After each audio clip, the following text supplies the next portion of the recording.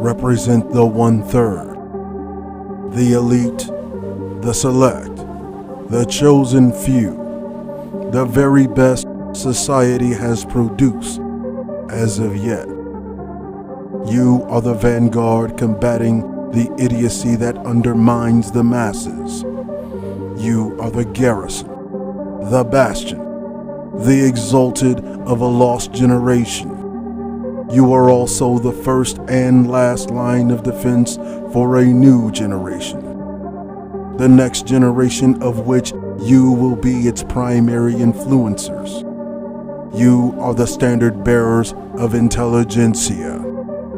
If you have made it this far, it is because you have made the ultimate sacrifice to restore the vision of a blind and dying society, meaning you have cut through a great deal of chaff to meet me here, where I, Cerulean Grey, am now conscripting you. Welcome to Fort Grey. Consider yourselves now operatives of the Grey regime. 2/3 policy is in effect.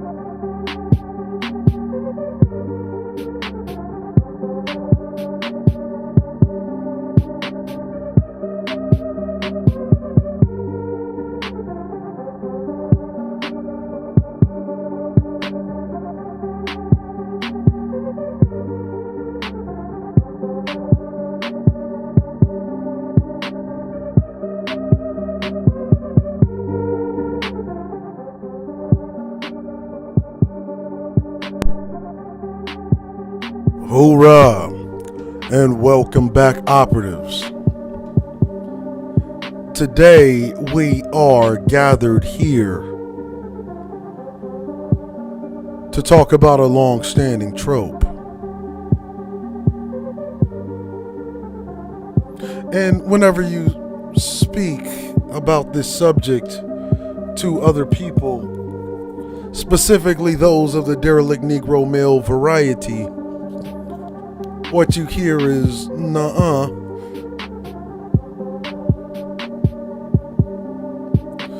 But by the time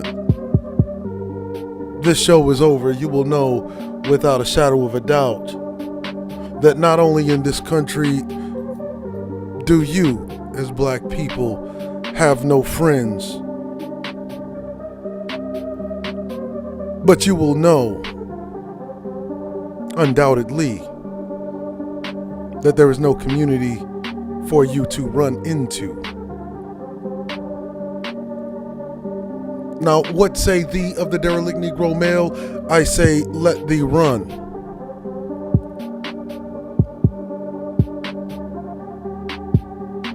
For what good can a coward do for the willing, who want to push towards a stable and structured black society?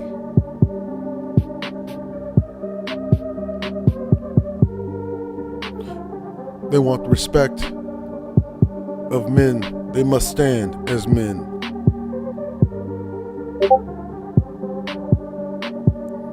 For the coward, he is to be left in exile to die like the seditious rat that they are.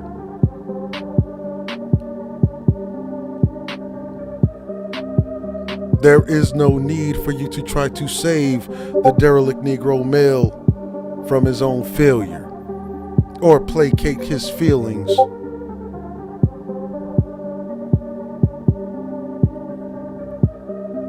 By trying to understand what kind of oppression he is under. Because if it's he that is under oppression, it is he who must stand and fight. We learn this time and time again. Since the age of the great Hannibal being imposed on by Imperial Rome, we learn this from Sun Tzu.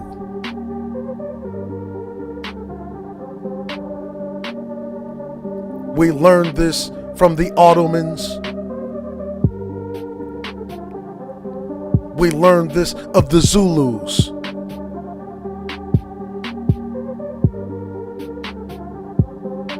We learn this in Ethiopia. We learned this throughout the French Revolution, the American Revolution,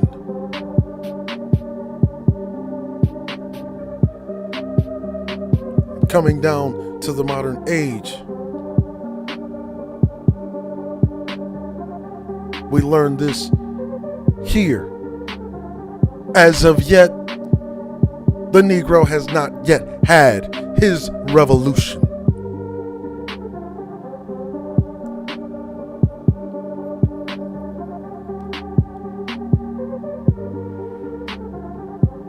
We learned it from the Haitians. We learned it from the Cubans. We even learned it from the modern South Africans. We learned it from the Ugandans. We learned it from Libya.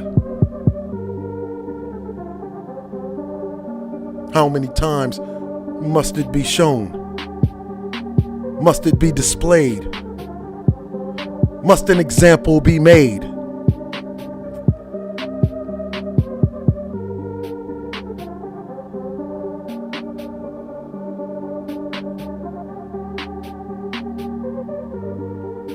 our time here, our legacy and lineage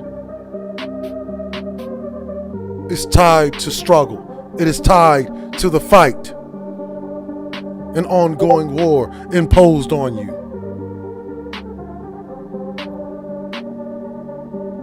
to where we come to contemporary society here in the 21st century. And the very armament that you need to fight is telling you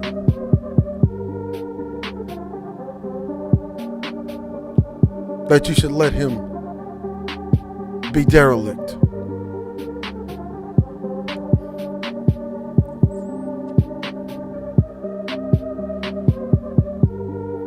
And so what I say unto thee is, you let them be.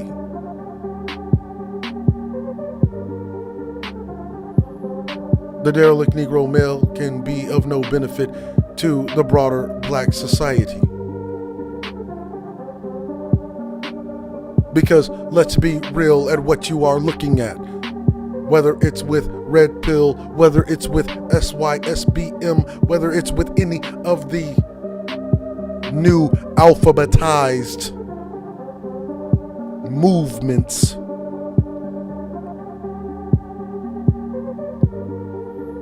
what you are looking at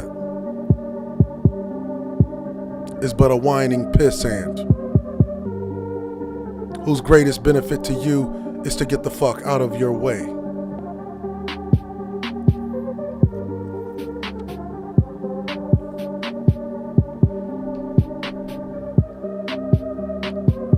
You are on air with the Gray Regime. I am Cerulean Gray. Our values are honor, valor, sacrifice, and esprit de corps. We will not yield.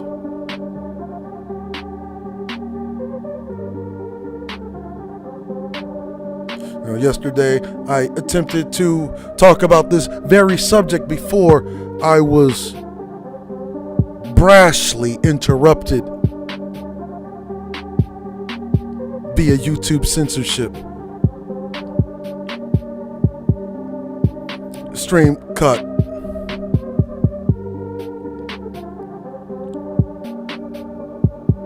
And today, we are going to finish what we started.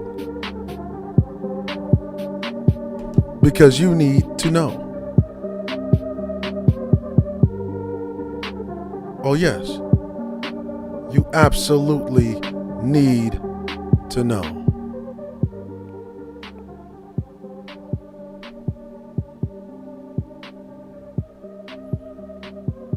There's a common trope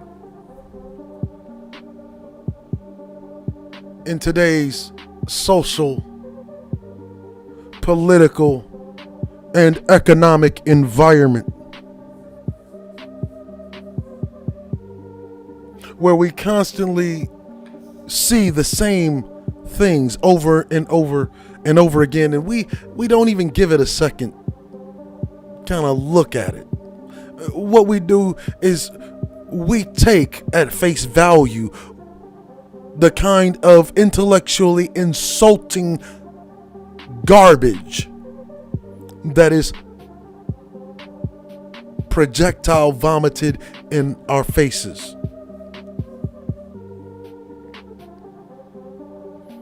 And what is that?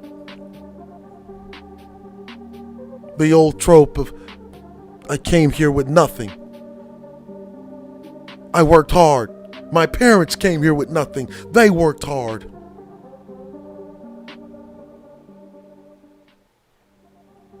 And no, this is not to say, take a dump on immigrants. But I find it interesting how the subject of white supremacy comes up and they say, you got to stop blaming the white man. Then when we talk about policies, oh, you got to stop blaming the government. But then the same pissant will tell you, well, it's the women's fault. The black woman is not our woman. The reason why we're at a disadvantage is because of her.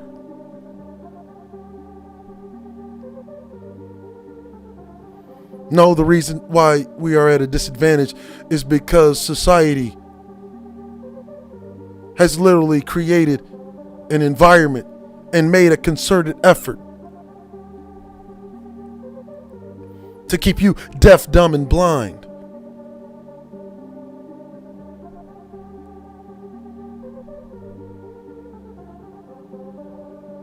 That is what has been done.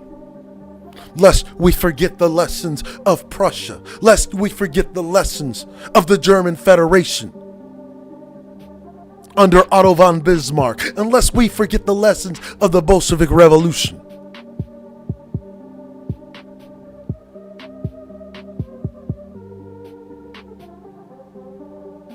Unless we get Nicholas I. Unless we forget the Great British Incursion, who has been nothing more than a parasite and a plague upon the world, which it has planted its flag virtually everywhere.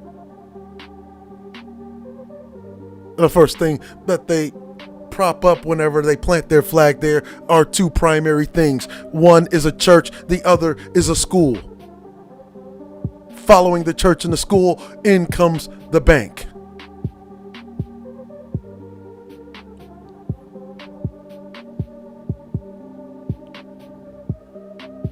So they teach you a new culture. They get you acclimated to theirs through education. And then they get you hooked, or rather entrap you on their form of economy.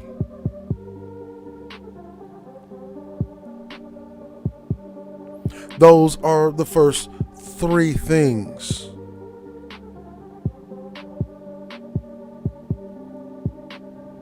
That are set up during grand military invasions: school, church, and the bank.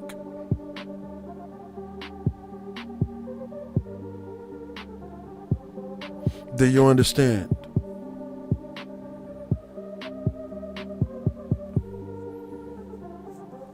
And I want to tell you that America,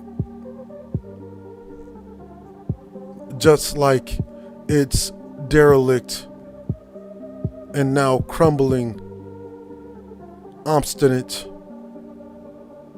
and oppressive, devouring mother, Great Britain,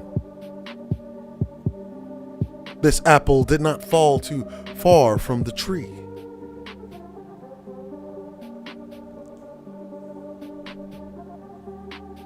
What you see being done by way of foreign policy, the way America executes foreign policy, you need to understand that it's the same playbook that has been used on you.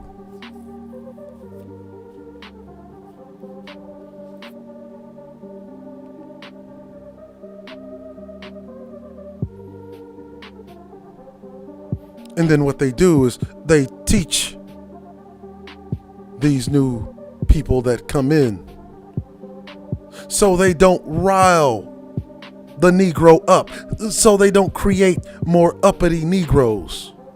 They tell them, well, you're going to be put into a situation with black folk that we have kept down for 4 decades plus.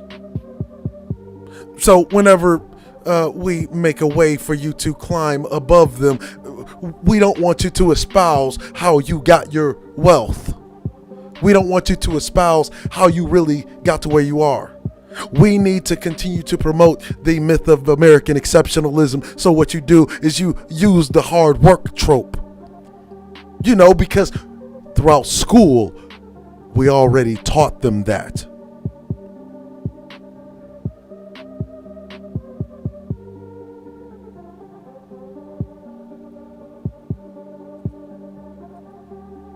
And so when everybody comes here, no matter what country that they're from,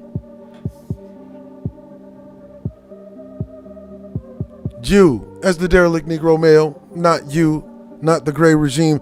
I'm talking about the derelict Negro male who thinks because he cannot see the mechanism by which these people are propped up,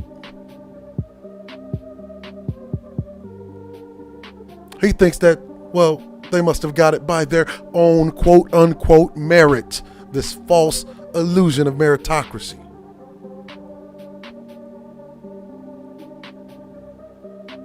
American exceptionalism. They give you the rags to riches story. We'll begin with the Hispanics. And they told you all that they had whenever they came here was a donkey and a sack of beans.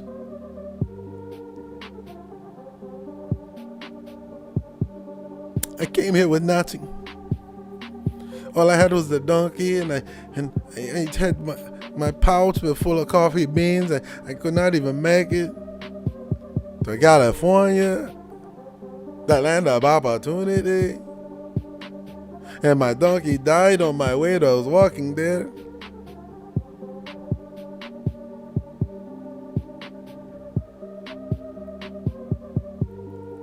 And then I came here and I worked hard. I even walked all the way to California from the Mexican border.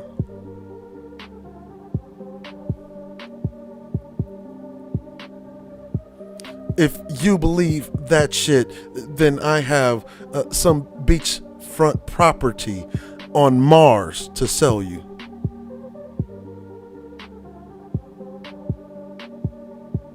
No, they didn't come here with nothing.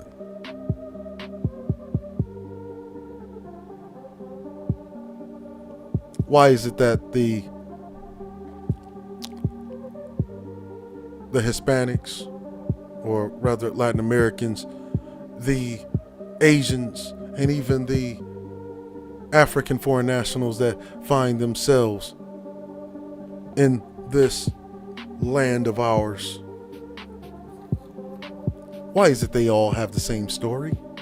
I remember one time I had gotten to a little raffle. It was a little rabble with African foreign national who was a learned speech pathologist. Matter of fact, it was a BGS, right? And I was talking about all of these extra benefits that immigrants get that native born blacks just do not. And she came on to the panel and tried calling herself, schooling me, where she's talking about, yeah, I took my net money and I put it into a high interest savings account and I lived off the interest. I'm like, what interest account was that exactly? Because we already know what the highest entry or the highest interest rate savings or even CDs yield. For instance, highest possible rate, right, is a high risk CD, but it requires you to have a $10,000 buy-in, and the yield of that $10,000 buy-in only nets you about $200 in profit. And that's over the course of 6 months. So feed me another lie about how you lived off of $200 for 6 months in interest.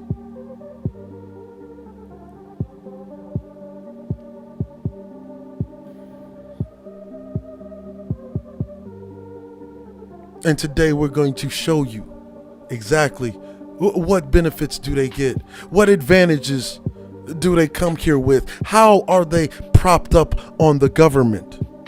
When I tell you that these other groups, that they're nothing more than welfare babies, they are the parasites on the native born black's belly. They are parasites in your stomach. They are the fucking tapeworms in your tummy right now. And you think that it's a joke. Some people think that it's a joke. And they will sit right in your face, lie to you, insult your intelligence and tell you, I came here with nothing. All I did was work hard. I came here by a donkey. And he died. And all I had left was the coffee bean.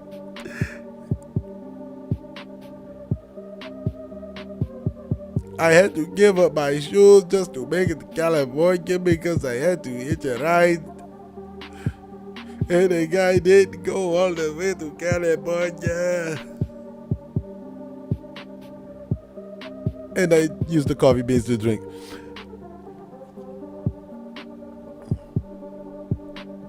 Who are the Hispanics? It says, contrary to the picture often painted by the media and politicians, this minority group is not a unity, but a sum of parts.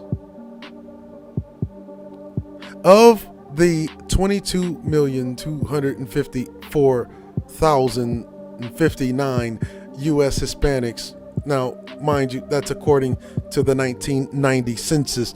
Literally, since 1990, they have more than doubled their population. The Chicanos in 1990 were the largest subgroup, 13.3 million, compared with 2.2 million Puerto Ricans, 1 million Cubans, 2.8 million South and Central Americans, and 1.4 million other Hispanics, Chicanos, also referred to as Pochos, La Raza, Mexican Americans, or simply Mexicanos, have produced a rich and voluminous literature and complex urban and rural cultures. Really, complex and rural cultures, urban and rural. Yet, among Hispanics, they still suffer from the highest dropout rate. Really? I thought it was the American Negro. Oh, that's right. No, it was the Hispanics who had the highest rate of dropping out.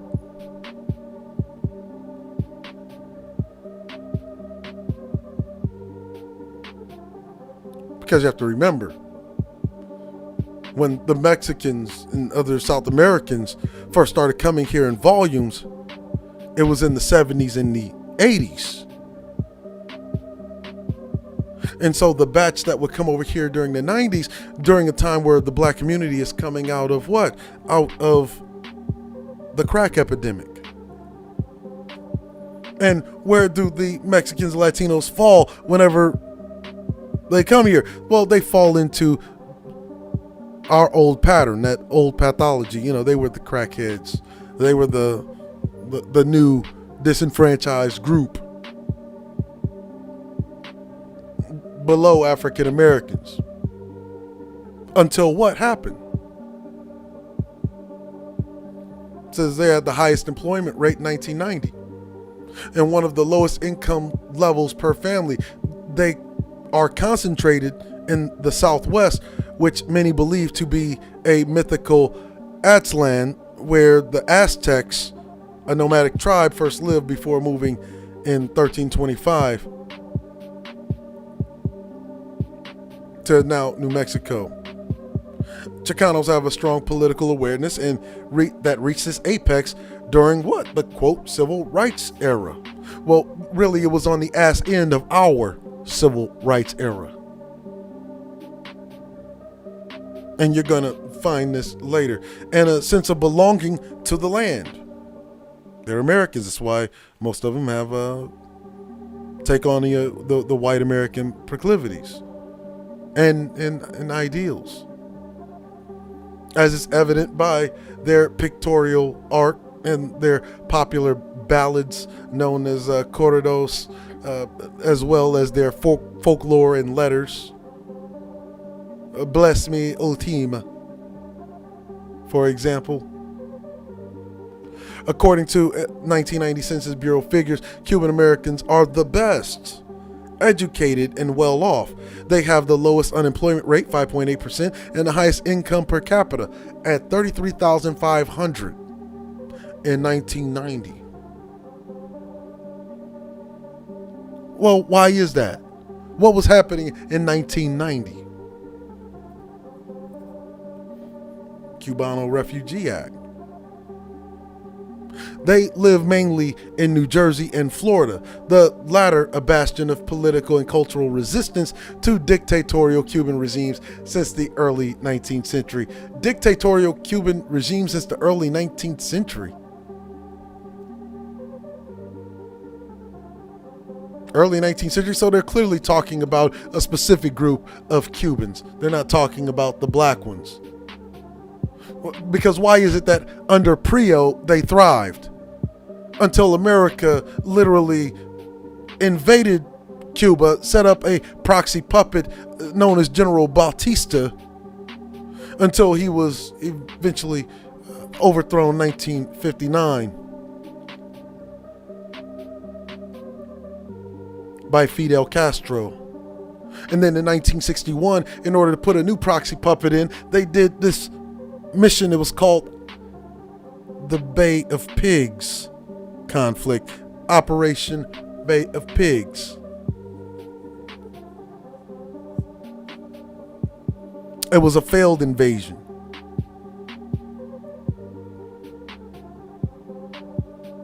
Where Castro remained in power until the day he died, just a few years ago. So exactly which one were they running from? Because they weren't running from Bautista.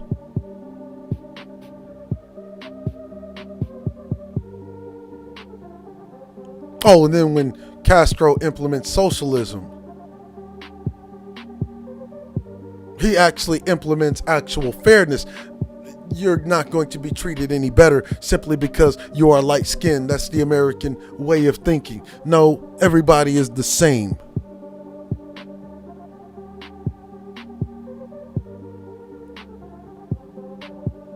One struggle policy. You struggle, we all struggle. That was Castro's policy. All for one and one for all. So which Cuban regime were they running from? Oh, they were running from Castro's regime. Because Castro was no respecter of skin color. It says Puerto Ricans, also known as Boricuas, rank lowest on the economic scale. 30.4% of families live in poverty, even below the Central Americans who began to seek asylum in the southern states when in the 1980s, and are slowly adapting socially and linguistically, while Puerto Rico's Commonwealth status automatically confers U.S. citizenship, but not the right to vote in presidential elections. Assimilation into the mainstream has proven elusive. Oh, you thought that the American Negro was the only one that was trying to assimilate? Negative. The Puerto Ricans have always had this idea of bettering the race. And what did that mean? That mean you go marry you, a white woman. You go marry you, a white boy. Better the race by making the skin lighter was the modus of Puerto Rico. And it's still a cultural practice today. Like Puerto Ricans, expatriate Dominicans have chosen New York City as their capital in exile. Which Dominicans? It most certainly wasn't the impoverished Dominicans, the real refugees, the one that stayed under Dominican rule with an American sock puppet as its leader, which is why the Dominican Republic still is in the shambles it is today, which is why you see the Dominican Republic. What have they been doing? Pushing the Americans out. Why are they pushing the Americans out? Well, they got tired of the way American people or American government treated them. So they decided to side with the Asians. They have gone the way of Venezuela.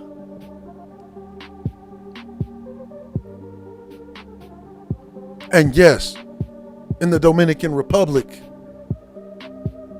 The entire concept of bettering the race still exists, which is why colorism is still the modus of Dominican Republic.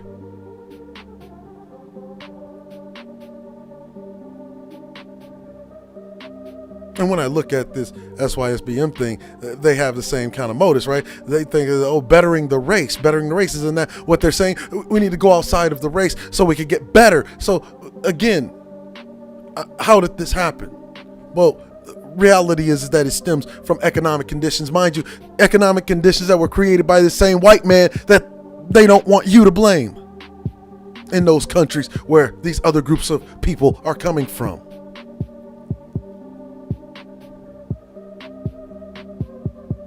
After the repressive Trujillo regime fell in 1961, social chaos and economic uncertainty prevailed, and a wave of Dominicans immigrated to the United States. Many of them have proposed or prospered in a short period of time. Without government support? That's what they say on the outside, but we're gonna actually poke a hole in that. One other subgroup made Salvadorans, Nicaraguans, and other Central and South Americans rank high in per capita income at $29,300 per year in spite of the 6.2% unemployment rate. Mind you, this is in 1990. Do you know what the average median income for a black household in 1990 was?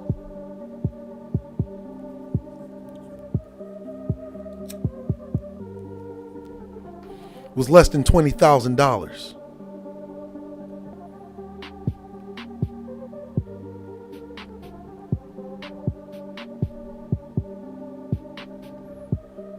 Now, there's the new game. A war of words currently raging amongst the Hispanic community is a microcosm of the struggle to define a common identity.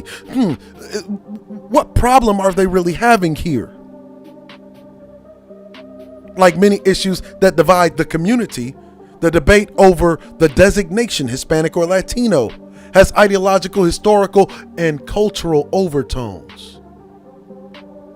What do you hear from the derelict Negro male but the same parallel?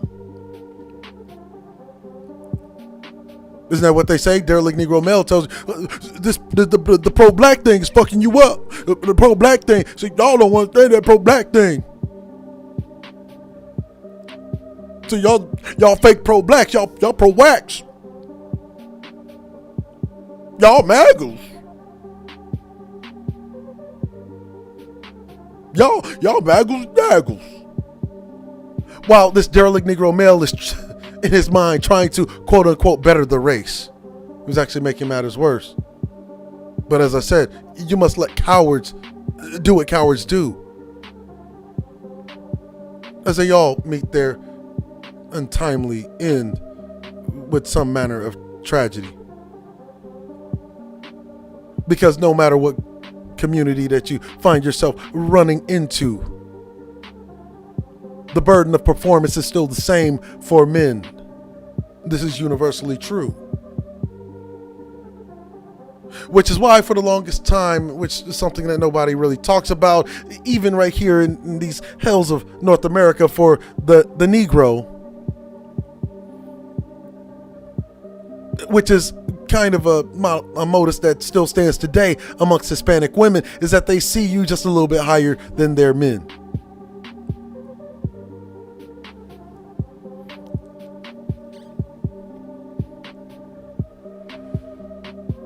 And why is that? It's because whenever they came to America, they looked at their men as defeated, oppressed, dominated.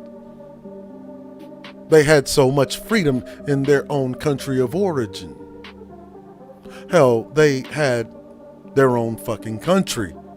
Now they're coming to another man's country to be a hyper consumer. Which is what the derelict Negro male is. It's a hyper consumer.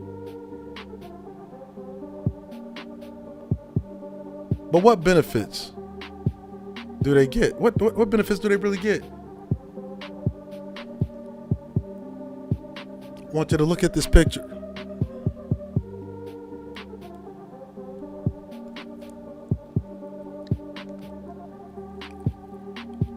I want you to keep in mind that this picture is all on your dime. You see, with the Gray Faulkner Initiative, it is not something that the esteemed Charles L. Faulkner Jr. and I thought up. It's not something that is pulled out of one's ass. This is something that is rooted. It is rooted in what is tried and true, universal for all groups since time immemorial, and especially so ours. But in case you want to know where this picture comes from, and if you want to find it yourself,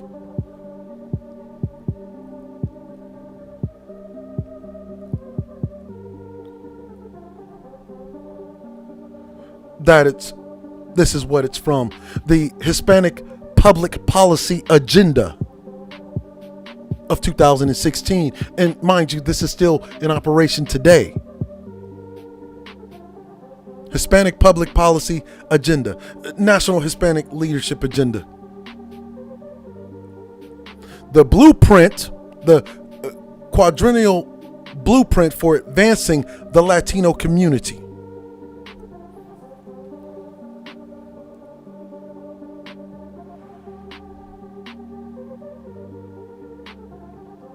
Do you understand now? This was created in 2016 with a 25-year projection.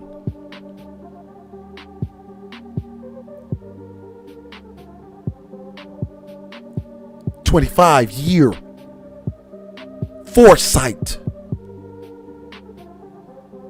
And when I'm done with this, we're going to show you how this is all done off your back. 25-year public policy, the whole fucking thing. They've created their own kind of Gray Faulkner Initiative. And you can clearly see who this intends to help. And the hands in the picture do represent the population of Hispanics. So as you can see, the very distinct minority hands here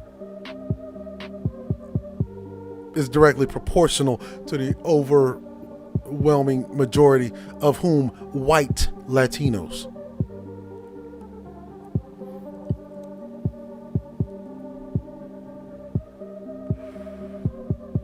Table of contents. Message from the chair about the NHLA leadership, NHLA membership, NHLA public policy agenda co-chairs, acknowledgements, executive summary. We're going to skip all of that. Economic security and empowerment. We're going to skip all the way down to that.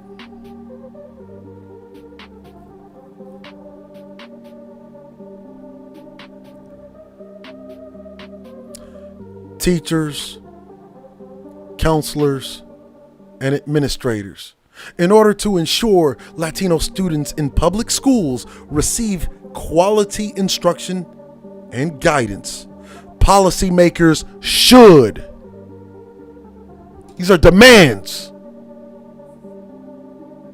strengthen the requirements for cultural and linguistic competency of teachers and administrators, including appropriate assignments and certifications. Support teacher preparation programs at minority serving institutions which prepare most teachers of color. Whose back is that off of? Before they came here, you were the only people of color, so who are they talking about? And encourage the hiring and retention of Latinos in higher education. But you will have derelict Negro males telling Charles and I that the Gray Faulkner Initiative is a bunch of bullshit, while you have Latinos making this public policy for them.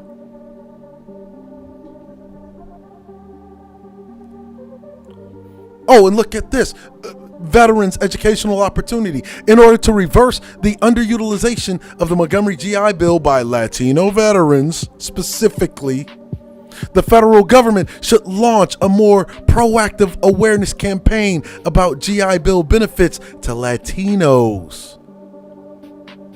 Proactive awareness campaign about GI benefits for Latinos that enlist in the armed forces. Their families, you got to remember this derelict Negro male, he isn't really family focused or community focused. And those veterans already in college. And look at this.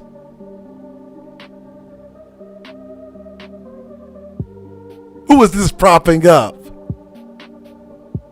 Is this the Latino gynocracy?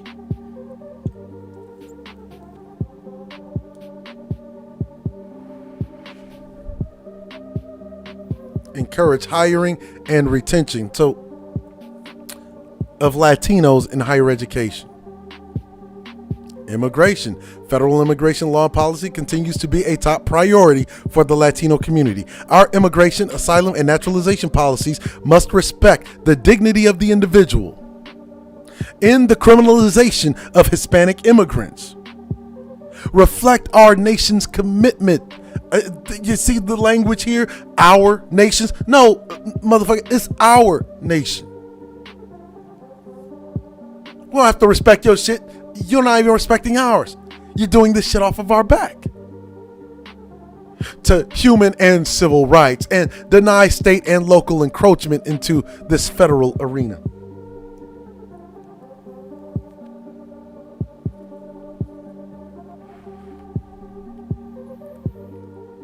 Principal policy recommendations. Administrative relief. In the absence of congressional action to reform our immigration laws, they got people they ain't even fucking here, and they're already referring to America as ours.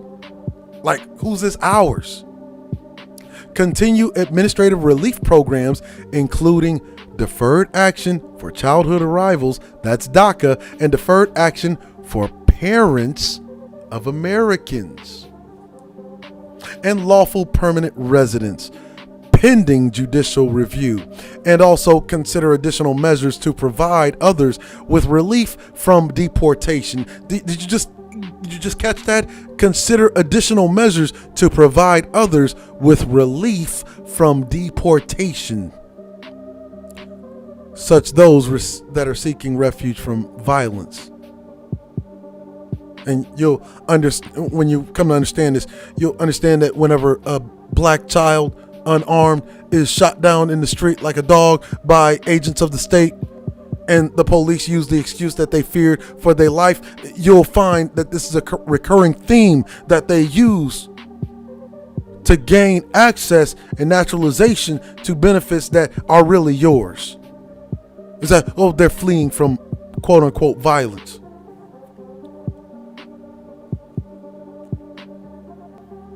Comprehensive immigration reform. Congress and the president must, this is a demand, must enact reforms to fix our nation's failed immigration system. Reforms must include: 1, an earned path to citizenship and stronger protections for immigrant workers, including foreign workers, against exploitation. Family reunification provisions. What are they talking about? They're talking about tangibles. The DREAM Act. When did the DREAM Act come about? 2001. Signed by who? President George W. Bush. A Republican who at the time claimed to be against immigration, right? But why did he pass the DREAM Act? A path to legal, permanent a path to legal permanent residency status for longtime recipients of temporary protected status and similar programs. And last, greater discretion to immigration authorities to prevent deportation in certain types of cases. So in other words, they're saying discretion. They want you to keep it a secret, like they want you to keep everything else a secret. It is a secret in their community that their entire community is propped up on welfare. It may not be called welfare, but that's exactly what they get.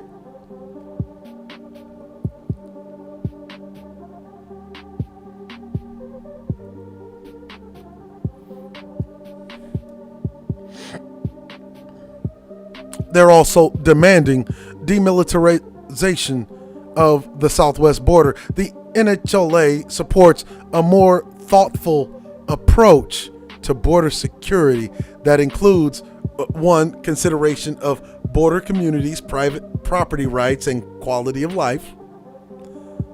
How thoughtful of them. Reversing exorbitant spending on border enforcement. So they want the border to be unprotected, because if they're saying reversing exorbitant spending on border enforcement, what they're saying is that we want you to lower your guard at the southern border.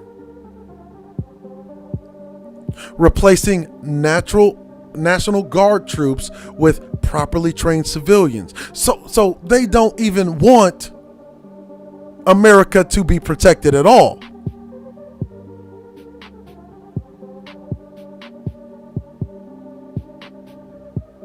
They don't want people there that are trained military style to handle whatever threat may be coming through the border.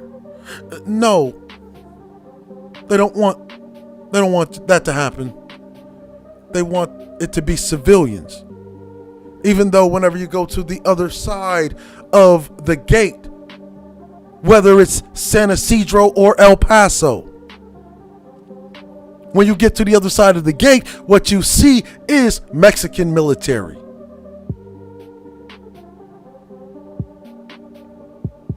But they want you to have civilians on America's side, while on the Mexican side, they have military.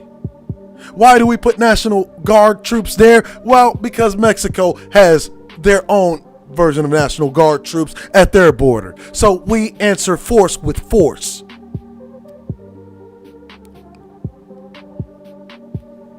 And then get this, they say ending racial profiling, limiting the geographic range of customs and border protection activity. So limiting the range, what are they saying? They're saying that they want to be a point of a cutoff point to where once people coming across the border illegally get so far in that it cuts off the legs of border protection to where they can't follow them in once they get so many miles or feet in. And then halting the further construction of walls along the border. They don't even want you to protect yourself.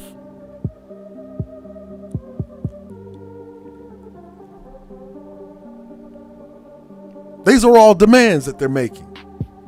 Mind you, they ain't paid for none of this shit.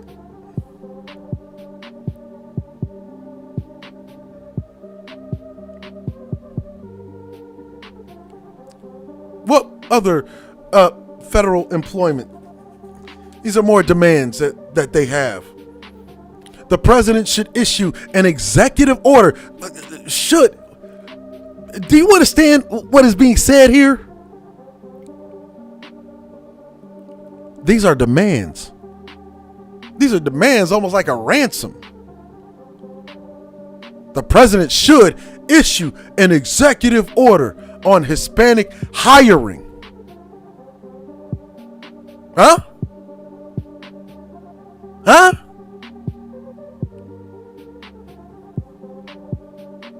Yo, Latino woman, you think she thinking about you? Or is she thinking about her group? Even whenever she's fucking with you.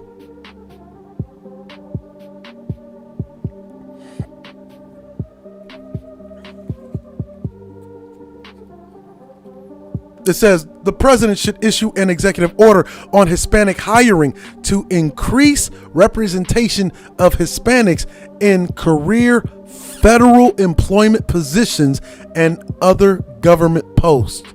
In the absence of an executive order, federal government agencies and departments should, again, another demand,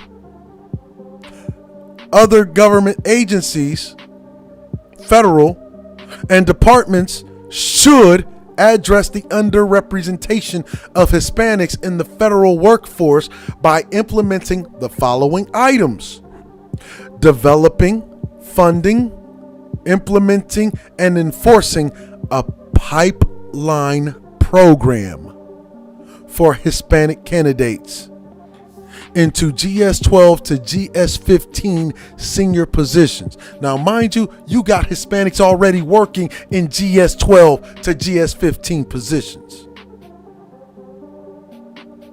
To include the career senior executive service and candidate development programs. So not only do they want, these are demands, right? Not only do they want more GS-12s through GS-15s, but they want America, the taxpayer, which includes you, black people, to spend your money to train them into those positions.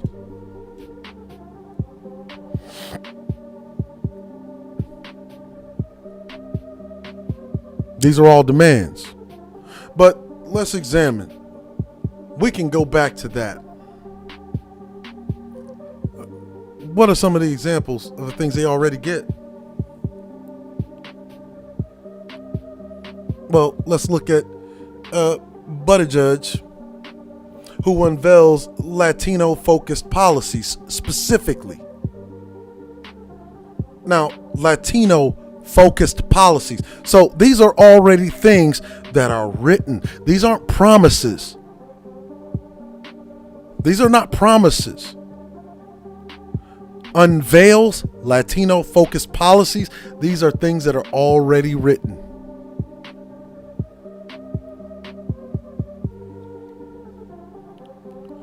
South Bend, Indiana, Mayor Pete Buttigieg rolled out a sweeping set of policy proposals on Monday aiming at reversing the Trump administration's, quote, discriminatory, quote, actions toward Latinos and bringing about a, quote, unquote, new era for Latinos in the United States. The new proposals, dubbed collectively as El Pueblo Unido, a people united, a new era for Latinos, come as Pete Buttigieg scrambles to boost his appeal among non-white voters. Now, he's been telling you, the black American, well, we're going to give you criminal reform, and we're going to give you, hey, wave lifts all boats. The rising tide lifts all boats, giving you that same old 1966 war on poverty trope.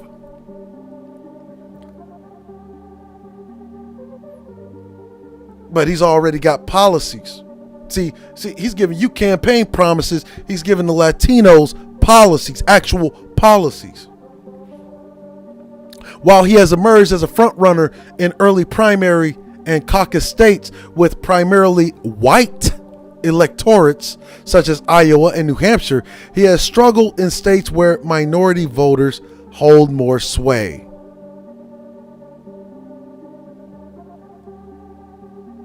That includes Nevada and South Carolina. Well, who's in Nevada? Well, there's a large population of Hispanics in Nevada. Who is a large population in South Carolina, blacks. Says the third and fourth states to vote in the 2020 Democratic nominating contest. In Nevada, the first state with a large Latino population, Nevada, to vote next year. Buttigieg is well behind his top rivals, according to a Fox News poll released last month. The survey showed him with only 1% among Hispanic voters in the state. Well, how do you raise that? Well, you give them actual policies and not promises. Buttigieg's new Latino-focused plan would create a path to citizenship for the approximately 11 million undocumented people living in the United States. It would also establish a fund. Do you hear me? A fund for underrepresented entrepreneurs. Entrepreneurs? You talk about investment in business. What politician on the docket right now is offering you that? See, why the hell we keep playing like we politically ignorant? Derelict Negro male talking about running. Where you gonna run to? You still got the same damn problem. Black businesses, few and far in between, and the Hispanics already propped up on welfare to get their businesses started. More welfare to ensure that they stay propped up, with them doing who knows what behind the scenes to make extra cash illegally.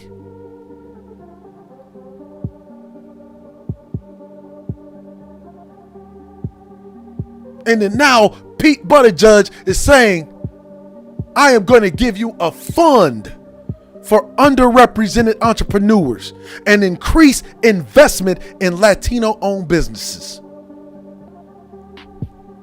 as well expand access to affordable housing.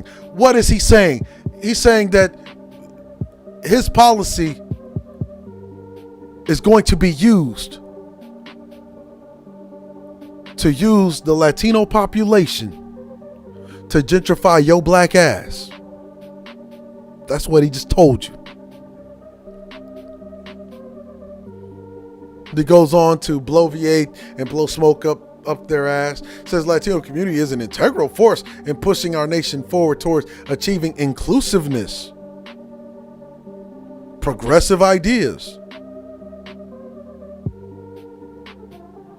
He also said, in so many ways, members of the Latino community uphold and embody the values that makes us American. Black people are the only Americans.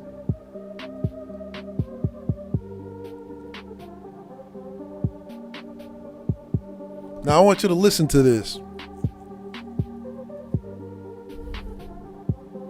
He said, despite these contributions, Latinos have been subjected to relentless and bigoted attacks by this president and his administration.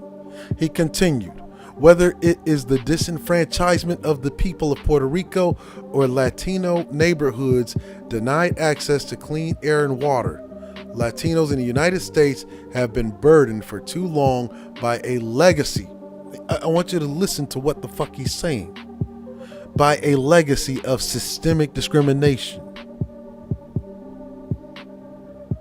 Ain't that a bitch?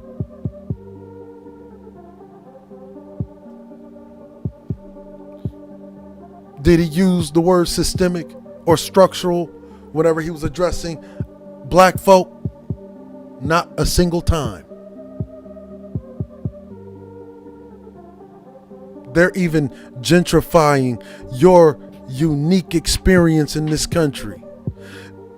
They are gentrifying your narrative, your history in this country, and saying, here, you've been systematically disenfranchised.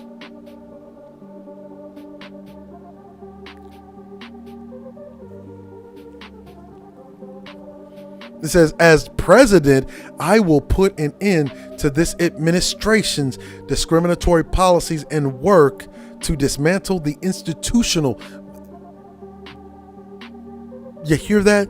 the institutional barriers that have kept Latinos from feeling like they fully belong to their country. This is what he's saying of the Latino. So they even literally, you want to talk about co-opting a movement? You want to talk about co-opting a fight? You want to talk about co-opting your political identity? Latinos been handed every fucking thing in this country. You're the only group of people that had to pull themselves up by their bootstraps. While you have derelict Negro males running around repeating libertarian and this conservative trope about you being lazy, about you being dysfunctional, about this, that, and the third, ratchet, straight, repeating this neoliberal fuck shit that doesn't add up to a hill of beans, and it doesn't even measure up to the data of what we know about these Latinos. This is you. Latinos, oh, you gonna run into the Latino community. You know what's funny is that they would call you, who loves your community, they would call you a maggle or a strag. You're a matriarch, Malcolm, you're pro-wax. But let's just be honest. USYSBM, you a bitch.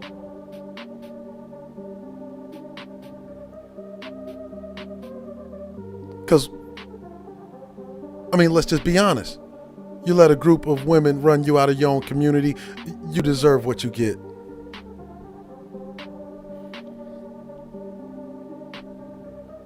And then the very competing male, someone belonging to the competing male group is helping that group of women that you want to crossbreed with, gain sexual access to, jump into their community.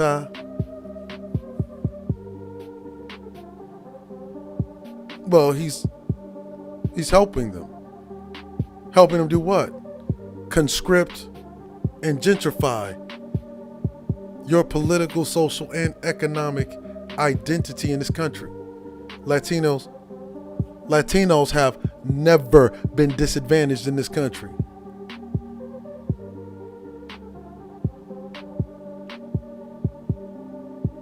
And when you look at, say, the family court, because one of the arguments is child support, they are the minority group on child support. Vast majority of single Hispanic mothers, they don't put the fathers of their children on child support.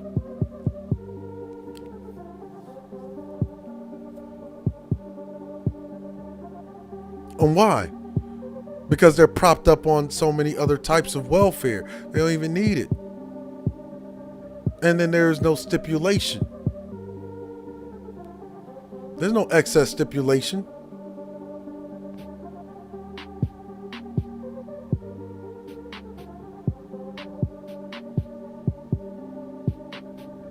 They're literally gentrifying your political identity.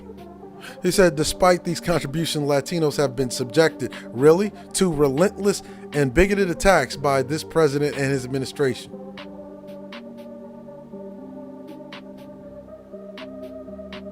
He said, Latinos in the United States have been burdened for too long by a legacy of systemic discrimination. For too long? What do you mean too fucking long? What, you mean like 400 years?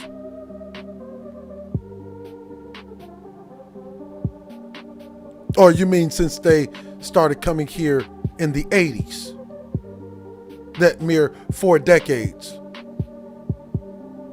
versus our 4 centuries. He literally just applied what has been actually happening to black folk to Latinos.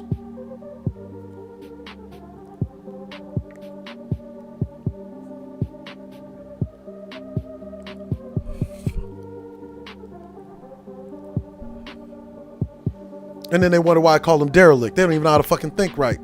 Man, I'm gonna move away from my old women. Oh, you're gonna move into a competing group of women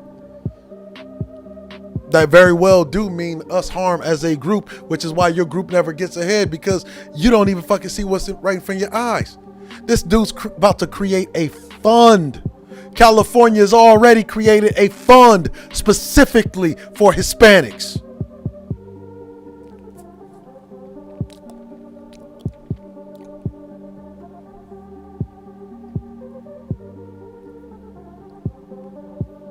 That's coming out of your pocket.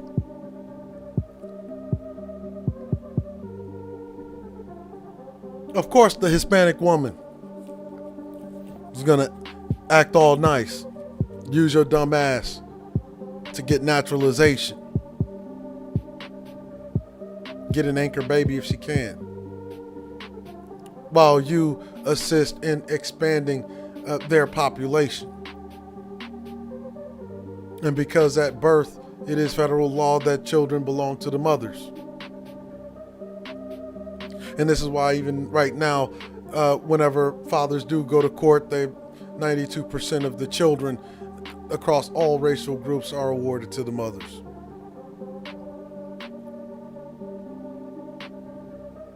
But what have they been getting? Here's another program.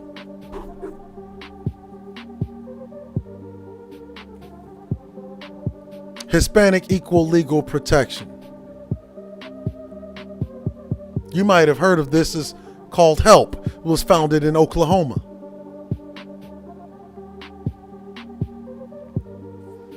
What do? Well, they help illegal, undocumented aliens, adjustment of status, asylum applications,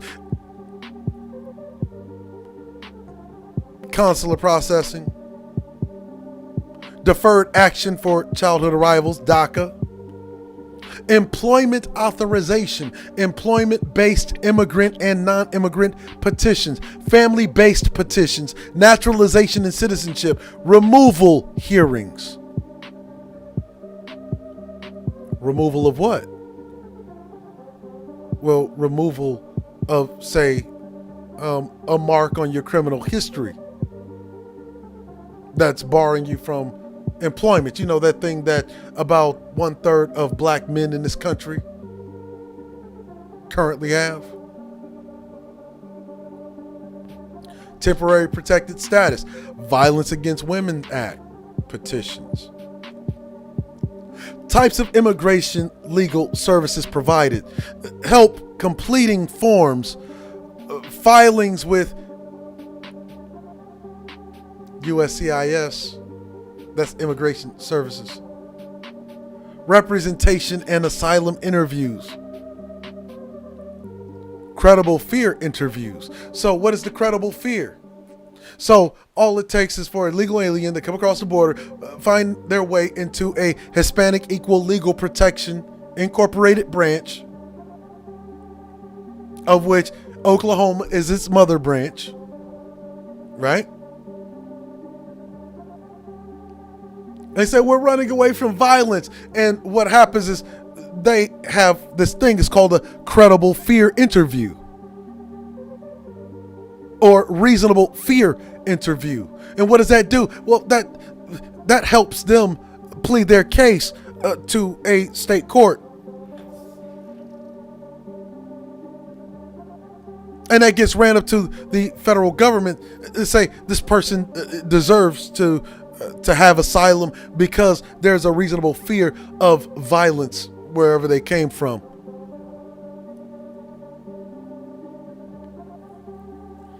Or reprisal. Representation before the immigration court. Representation before the Board of Immigration Appeals and federal court appeals. Community development, consumer criminal appeals. Oh, that's not it. If you have debt, credit, bankruptcy, or tax issues, they also help them with that.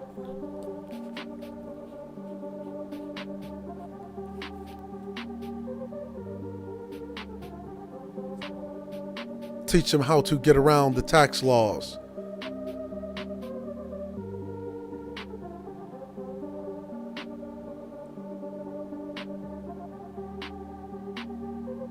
What other services do they offer?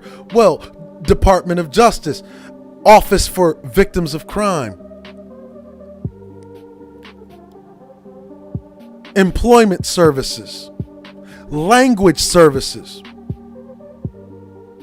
There's a chance that if you've seen a Hispanic or Spanish speaking translator in a court, there's a chance that was provided by one of these institutions or one of these institutional branches. Legal orientation programs, know your rights programs, referrals to other services and social services. This is key. Population served. Who do they serve? Detained individuals, domestic violence victims, individuals who are not in legal immigration status. Again, individuals who are not in legal immigration status. Individuals with criminal histories. Individuals with criminal histories. Individuals with criminal histories. You know, the same criminal histories that when the black man is criminalized, pays his debt to society, he can never live it down because some derelict Negro male wants to rub his criminal history in his face. No. This is an entire institution that helps Hispanic individuals with criminal histories, individuals with physical and mental disabilities.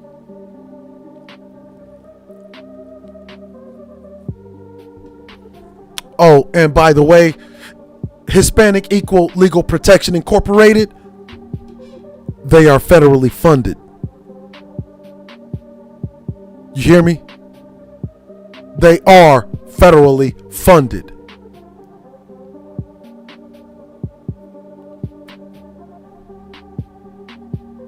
That's your taxpayer dollar at work. Derelict Negro male's too fucking stupid for this.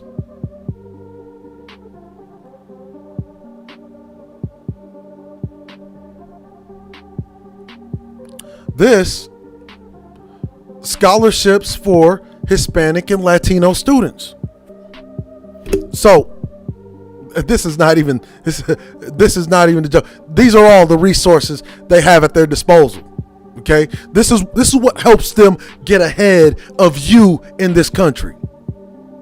While they sit there and tell you that they came here with nothing, while the derelict Negro male believes that they came here with nothing, or that they come here and they do better than us, but they always leave out all of the distinct advantages that these other groups get.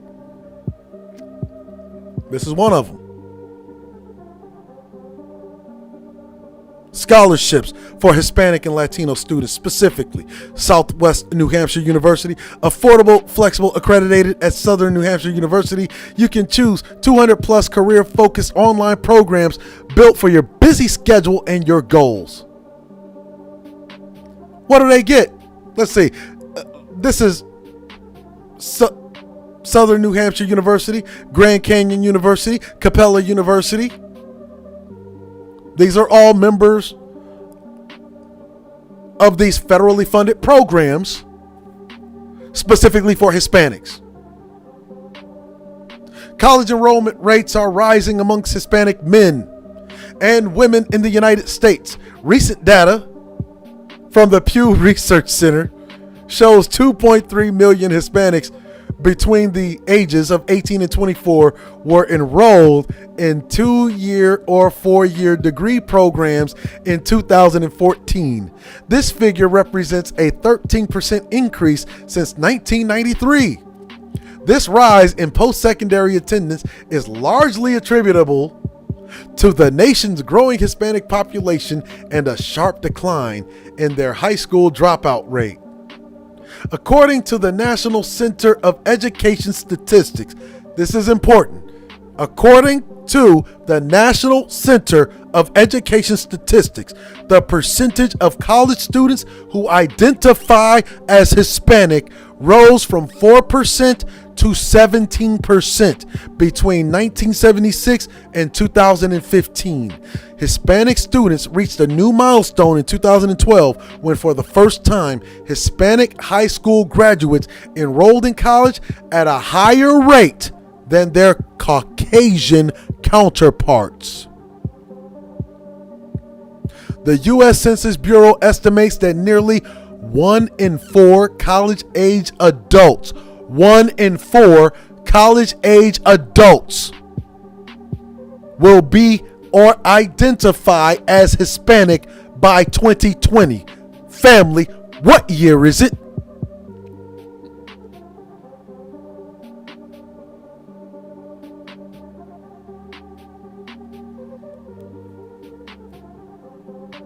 What year is it?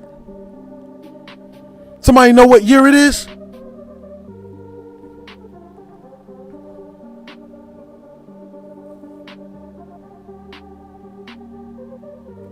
Persistent educational challenges continue to affect the Hispanic community. That's kind of a way to say that we need some kind of unfair advantage. However, many college-bound Hispanic men and women come from low-income families, and tuition rates for in-state students at public universities rose 242% between 1998 and 2019. Consequently, many of these students are forced to take on student loans to afford their degree. These loans carry steep monthly minimum payments and interest rates that can affect borrowers for decades. And now you see why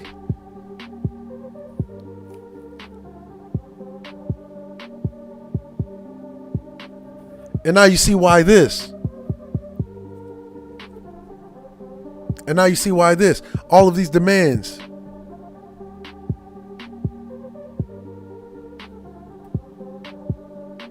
National Hispanic Leadership Agenda.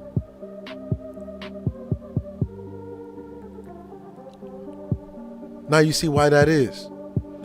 Why they're demanding that the American government foots the bill to expunge their college debts. And they've been doing it. They've been doing it since 2016.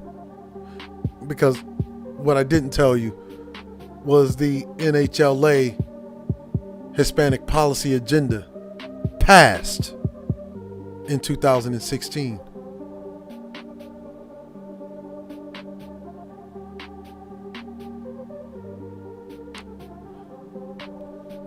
Interesting thing.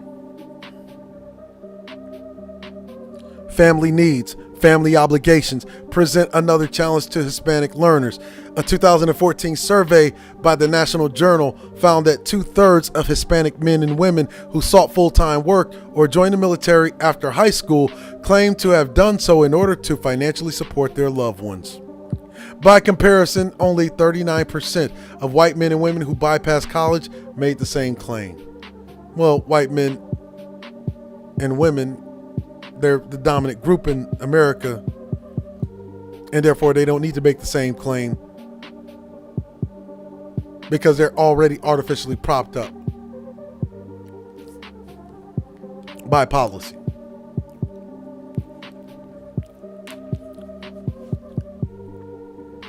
English as a second language, that's always going to be there for them. Children of migrant workers. Another underrepresented group are the children of Hispanic migrant workers. Each year, the U.S. Department of Education migrant education program. Understand, the Department of Education's migrant education program serves approximately 345,000 students between the ages of 3 and 21, most of them Latino. The college assistant migrant program offers financial support for college freshmen, along with 5-year tuition grants. Do you hear me? Who do they got on the picture? Who's this? Who is it? Oh, we have a problem with black women having college degrees, but we love Hispanic women with college degrees, don't we? This is tangibles that they're talking about here, that the Hispanics already get and have been getting.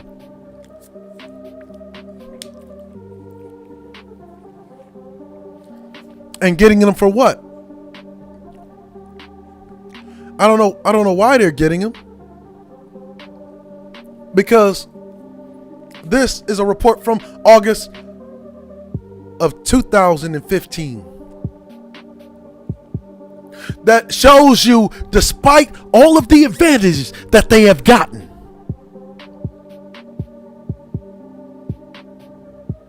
despite all of the advantages that they have been given, that they didn't earn, they didn't work for it. They did not pull themselves up by their bootstraps. They didn't even work hard.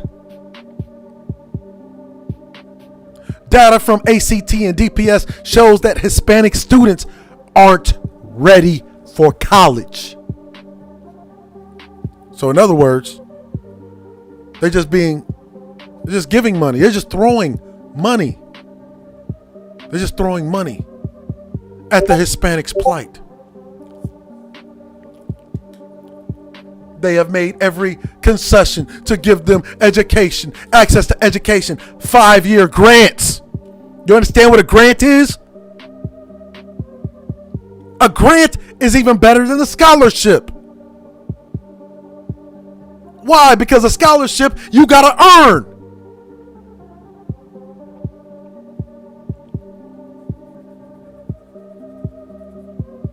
A grant, you do not.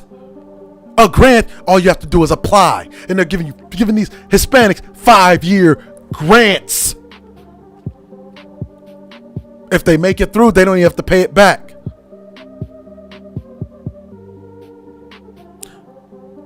And what it's saying is that Hispanics aren't even ready for college, despite all of the advantages that they have been given by the American government, propping this group up. A majority of U.S. Hispanic students planned to enroll in college last year, but nearly half weren't even ready for college level courses. In 2014, 83% of Hispanic students, who make up the largest demographic in public elementary and secondary schools in the country, said they plan to enroll in college. But 47%, hear me, 47% didn't meet any, not a single one, of the minimum scores ACT uses to determine college readiness. Do you hear me?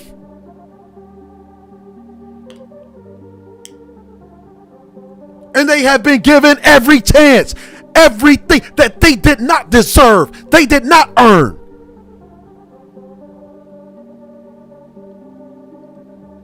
And you see why?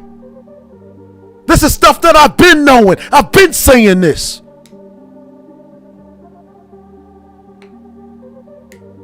47%. Damn near half of these motherfuckers don't even deserve to be in America.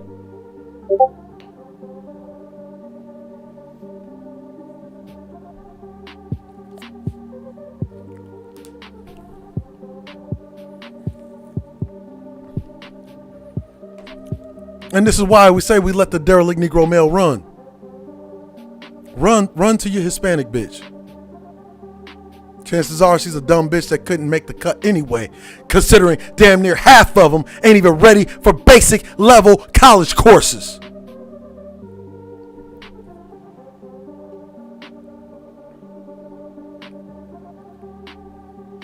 When they said that the black man was the garbage man of the dating world, they were not lying.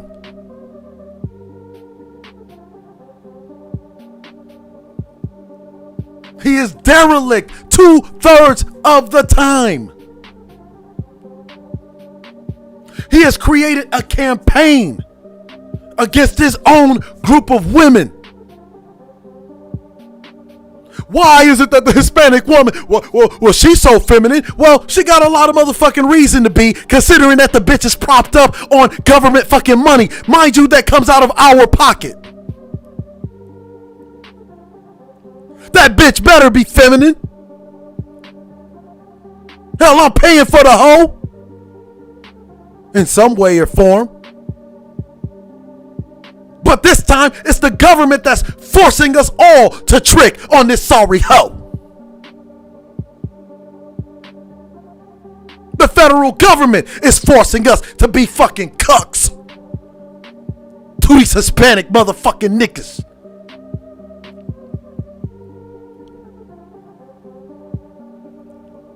They ain't asking you. They ain't asking you for the motherfucking money. They taking that shit. Oh, you gonna pay that taxes, nigga. Or there's a 3-lettered alphabet institution ready to come and kick in your fucking door. You gonna get down or lay down.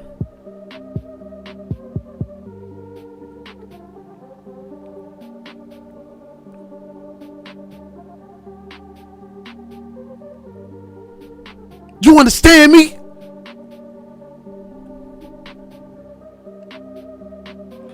This derelict Negro male doesn't know what the fuck he's talking about. He's the fucking maggle. He's the bitch ass nigga.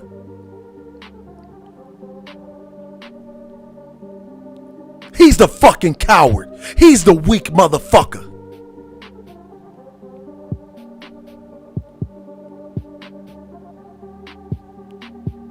And then there was that derelict Negro male that was on Taz's panel that one day, calling himself finding love in the motherfucking DR. Well, you dumb fuck, this is the reason why your bitch ass can't afford that plane ticket to the DR. Because the government's already taking that plane ticket money right out of your fucking check to bring that sorry bitch here, to prop her up on every benefit available, creating more benefits, according to Pete Buttigieg, to give her every opportunity to excel, and still damn near half of these motherfuckers can't even make the minimum requirements.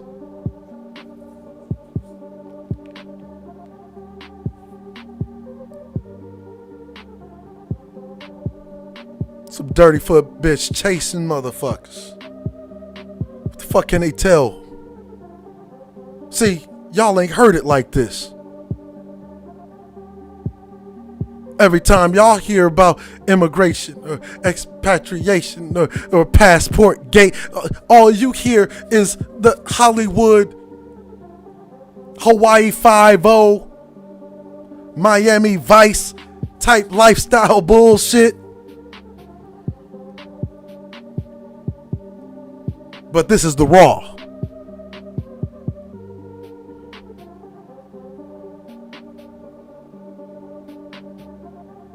The reason why we're fucked up is economic reasons.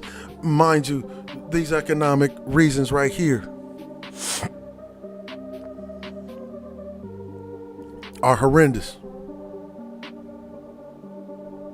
You understand? This is what's keeping you in an economically destabilized position, because the more and more they expand these programs, that's the more and more comes out of your check. And that does not that should not be happening for an already overly impoverished group. And you are.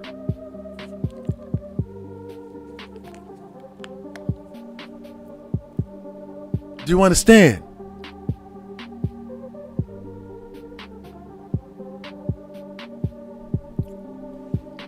Oh, if you thought I was done,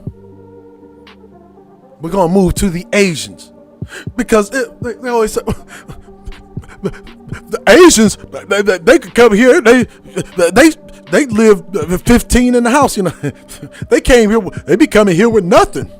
They don't be coming here with anything. They do just fine. They do better than black folk. That's because they propped up on policy, which means they get provisions from the government. Those are tangibles that they did not earn. While you're told to work harder, you're told that you're not doing enough. You're told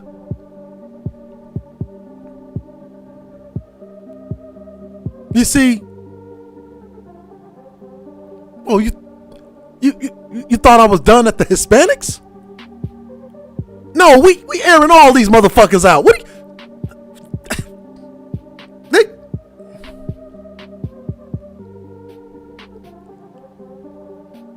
Public Law 9423,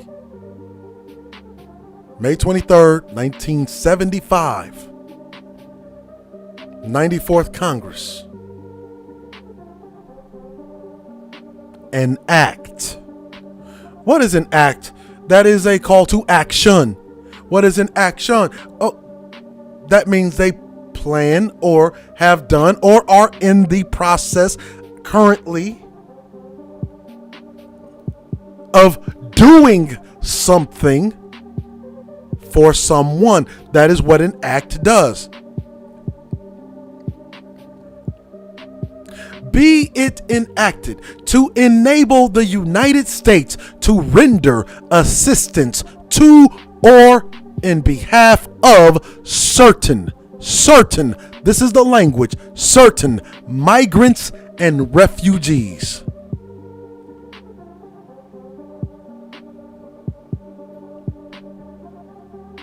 Certain migrants and refugees.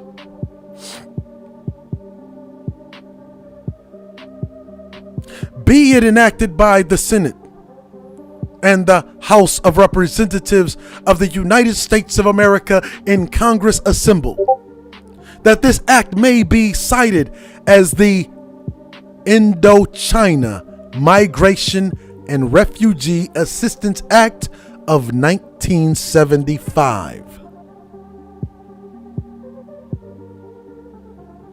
Section 2, subject to the provisions,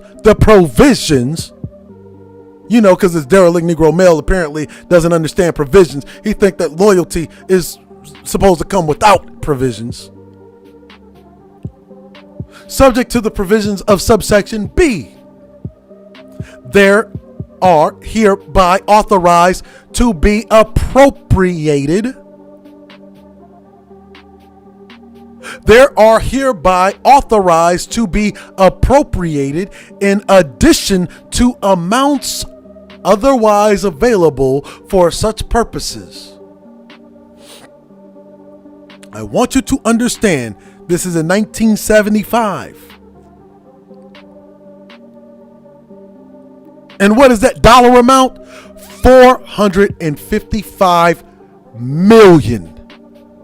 For the performance of functions set forth in the Migration and Refugee Assistance Act of 1962.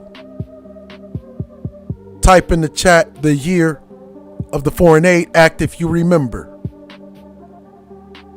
It was 1961.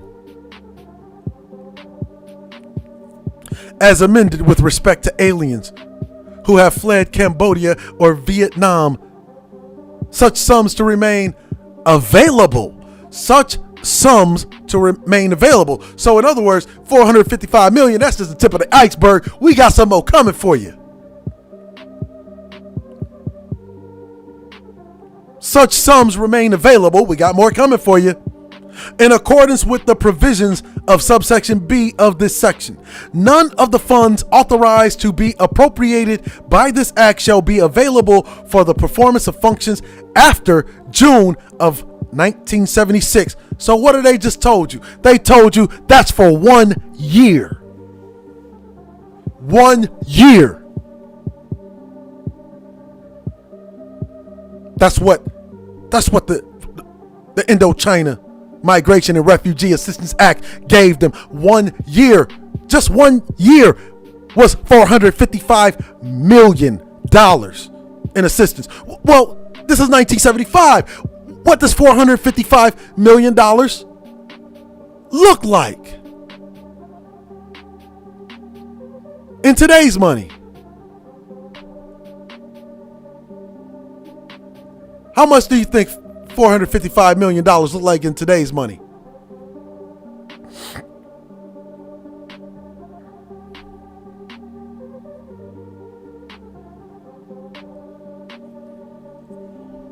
$4.2 billion. Matter of fact, we'll go to 1975. Let's calculate. In 1975, let's go ahead and put 455 million here so we can be completely accurate. And I'm showing you $2.2 billion in today's money. That's the type of assistance that those Asians, they came here with nothing. I came here with nothing. I came here with nothing. I just work hard. I can't hear nothing. I work hard. I pull myself up by a bootstrap. I can't hear with nothing. I came here.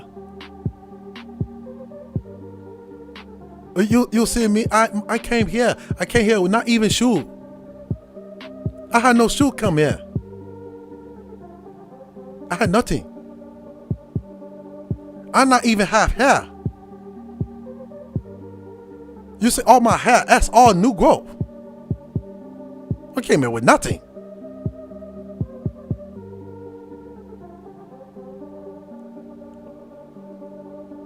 All I came here with was my jelly sandal. My jelly sandal and my bag of rice. But other than that, I came here with nothing. I had to sell my hair. I had to sell my hair. I had to eat some of my hair.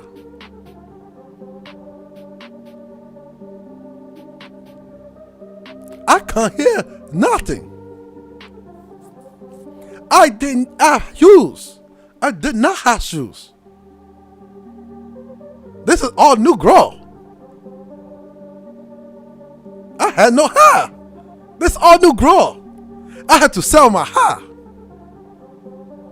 I had to eat some of my hair just to survive. You don't understand.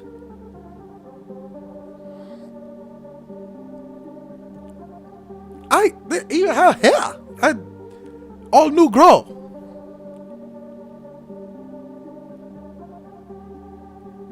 This all new growth. I had no hair.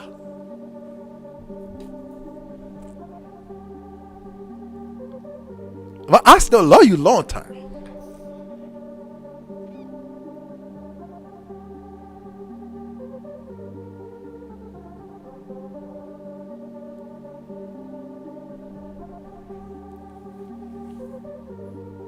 You see,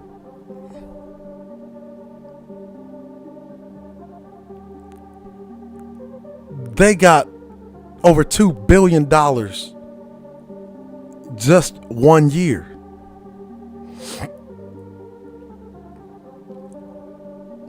It says, as amended with respect to aliens who have fled from Cambodia or Vietnam, such sums to remain available in accordance with the provisions of subsection B of this section. None of the funds authorized to be appropriated by this act shall be available for performance of functions after June 30th, 1976. So $455 million in 1975, which translates into $2.2 billion of today, is what Asian refugees got to jumpstart them and to prop them up. It is what helped them create those businesses. It says, in carrying out functions utilizing the funds made available under this act, the term quote unquote refugee is defined in Section 2B-3 of the Migration and Refugee Assistance Act of 1962, as amended, shall be deemed to include aliens who, A, because of persecution or fear on the account of race, religion, or political opinion, fled from Cambodia or Vietnam. Wait, didn't you have the derelict Negro Mail telling us last year that we couldn't get no reparations because of our race? Who said that shit? No group has ever gotten it? No. Asians have gotten it because of their race. Not the Japanese, but the Cambodians and the Hmongs. And the Vietnamese, for that matter. Specifically for their race. The term that they define as race. Oh, that's right, because when they came here, the race that they chose was white. It was known as white identified. WIA, white identified Asians. 1975.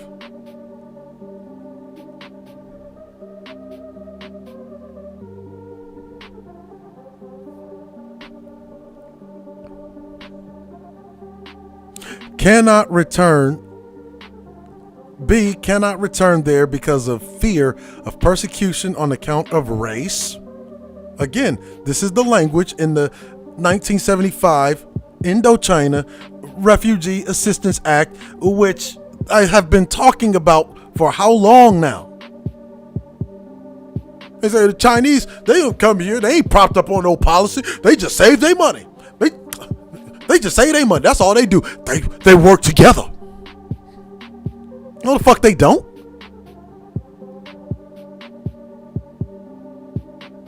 No, the fuck they don't. They're propped up on policy. And that policy has given them a shitload of provisions. Oh, that's not all the money that they have gotten, by the way. Or C, are in urgent need of assistance for the essentials of life. So if they're in urgent need of assistance for the essentials of life. What are the essentials of life? Food, clothing, shelter, education, employment, security. They put a fund specifically for them to create those institutions. Food, clothing, shelter, education, employment, security. What do you see the Asians doing? I mean, they are one of the biggest competitive seafood providers in America. That's food. They are the biggest clothing manufacturer in the world. That's clothes.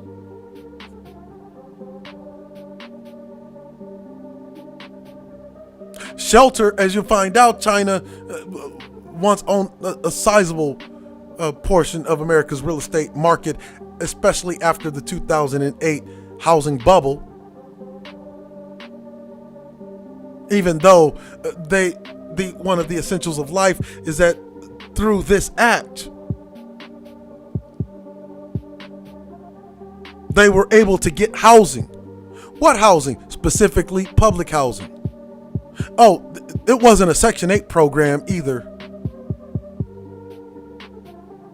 It wasn't a Section 8 program. It was a part of the Refugee Act. Oh, and the terms that describe refugee, as you can see that they are so broad that anybody can fit under the umbrella of a refugee. Because either they're because of persecution or fear of persecution. So the fear doesn't even have to be they could just say, oh, I fear being persecuted on the account of race, religion, or political opinion. Fled from Cambodia or Vietnam. Or B, cannot return because of fear of persecution. So I can't go back to Vietnam. I can't go back to Cambodia because, my political opinion, my race, that's it, my race. They're very racist in Vietnam, even though we're all the same fucking nationality and technically race, considering that in Vietnam the shit didn't even fucking exist. Oh, unless they're talking about there was a difference in Vietnam. Vietnam was under the occupation of whom? The French. What was the split between North and South Vietnam? Well, French-speaking Vietnamese versus non-French-speaking Vietnamese. That's what they mean by race. So, white identified Asians versus Asian traditionalists or Vietnamese traditionalists. So if you're a French-speaking Vietnamese or you are a Vietnamese traditionalist.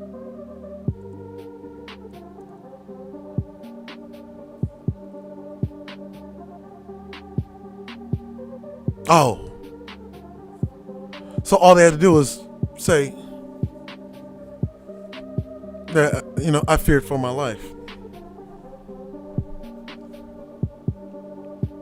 Says the president shall, that's an order. See, that's not even a demand. That's an order. The president shall consult. This is an act now, which means that the president is forced to act.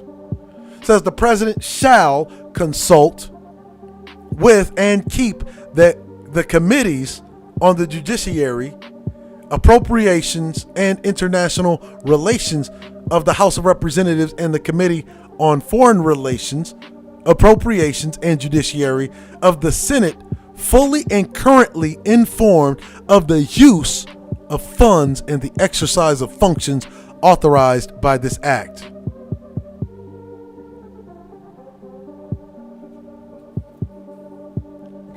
Not more than 30 days after the date of this enactment, the president shall, again, that's an order, shall transmit to such committees a report describing fully and completely the status of refugees from Cambodia and South Vietnam.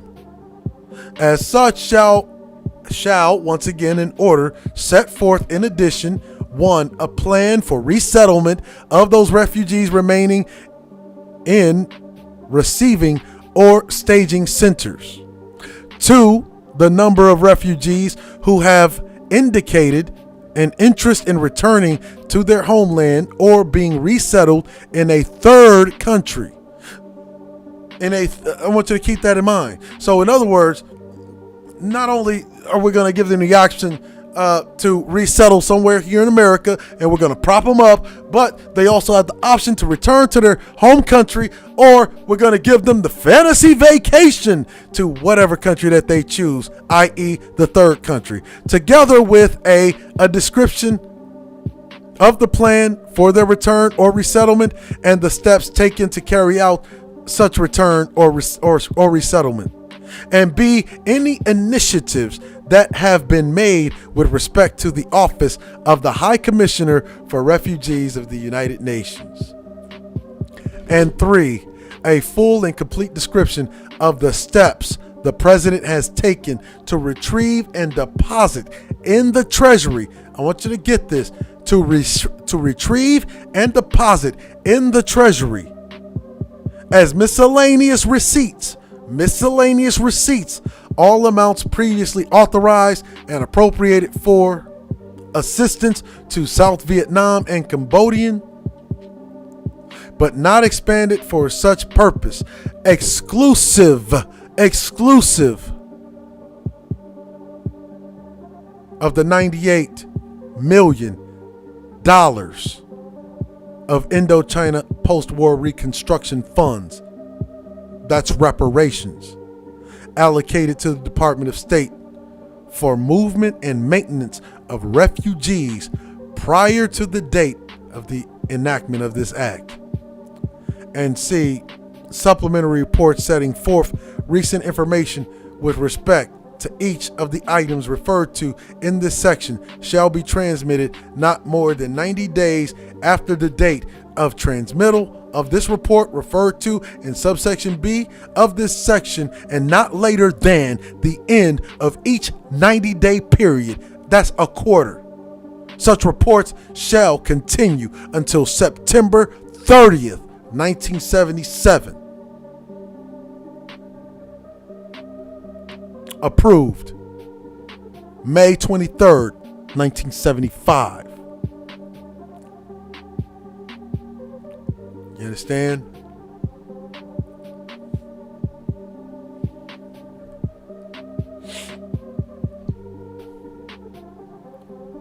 Office of the Historian. This is Office of the Historian. This is a government website because the government is really good at keeping tabs on things that it has done.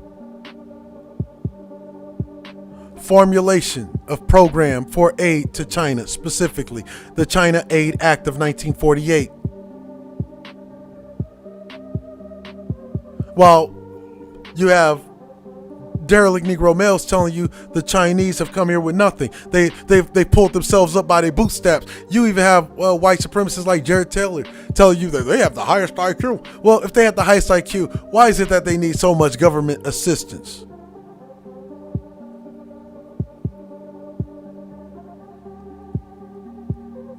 Oh, they so small.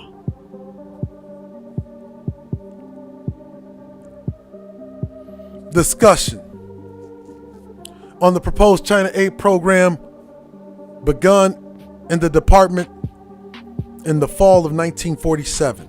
On November 28, 1947, Mr. Melville H. Walker, Assistant Chief of the Division of Investment and Economic Development, prepared a memorandum on economic aid programs for China as a basis for reaching preliminary agreement within the department as to the character and magnitude of the program contemplated.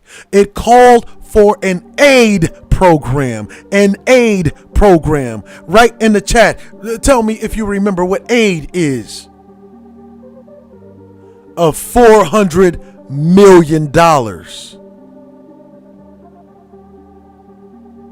for the period of April 1st, 1948 to June 30th of 1949. But that's not all. So $400 million in 1948 that went to China. Well, how much is that in today's money?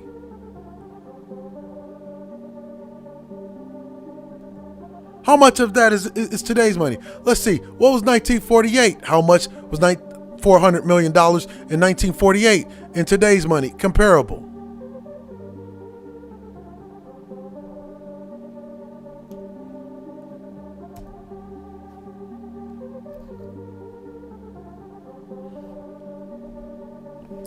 $1948. The Chinese received $400 million, which in today's money translates into $4,294,581,196.58.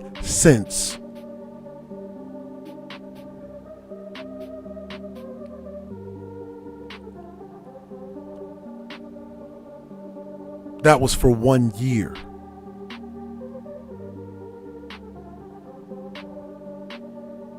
One year.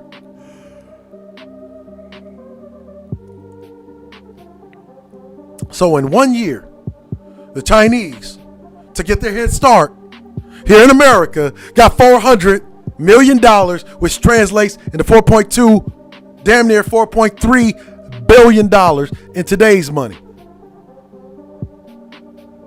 Okay?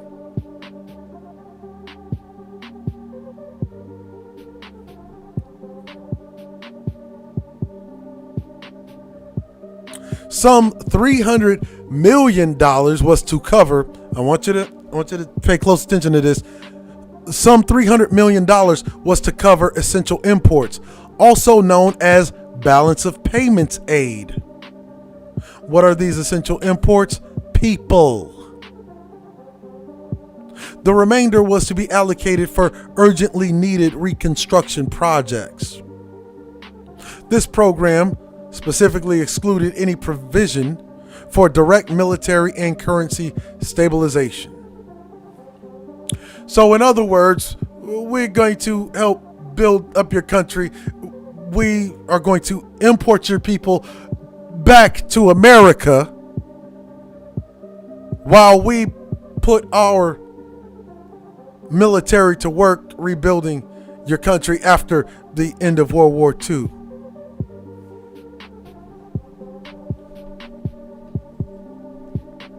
On December 30th, 1947, Mr. Clinton T. Wood, deputy to the Assistant Secretary of State for Economic Affairs, sent a memorandum on China aid to the Secretary of State.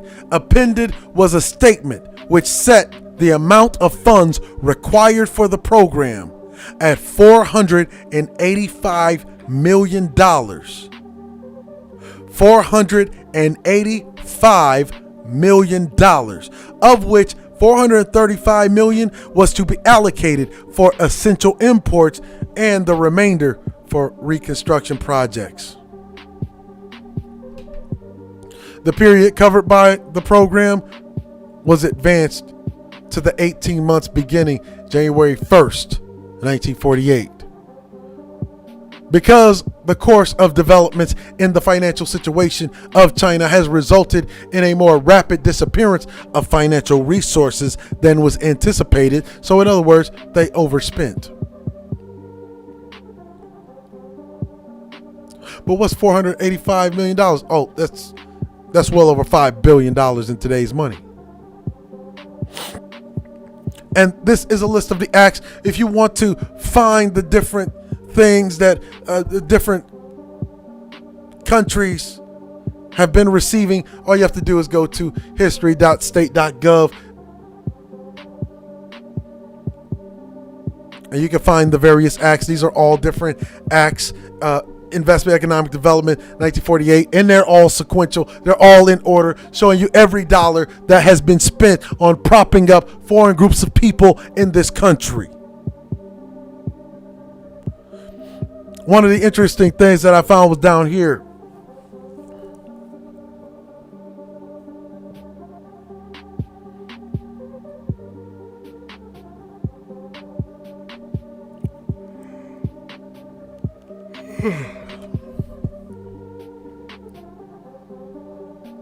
One of the most interesting things that I found out here. United States economic aid to China. 1948. But there's even one even further down. Let's go further down.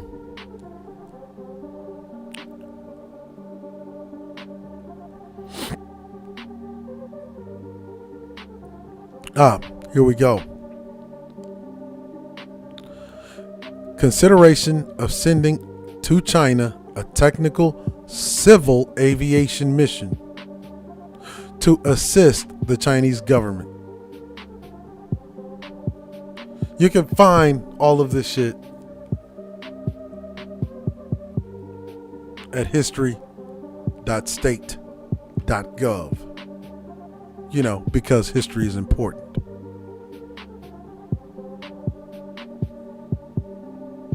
Then this brings us to the Refugee Act of 1980. The Refugee Act of 1980 created the Federal Refugee Resettlement Program to provide for the effective resettlement of refugees and assist them to achieve economic self-sufficiency. Again, to assist them in achieving economic self-sufficiency. I thought you said the Chinese pulled themselves up, the Asians altogether pulled themselves up by their bootstraps. I want you to understand that as of 2012, the Refugee Act was expanded to include any what they would consider refugee, which is broadly defined.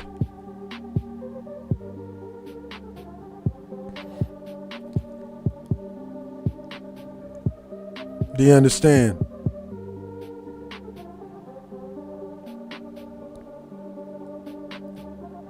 Says the federal refugee resettlement program was created to provide for the effective resettlement of refugees and to assist them in achieving economic self-sufficiency as quickly as possible. While they're telling you they came here with nothing.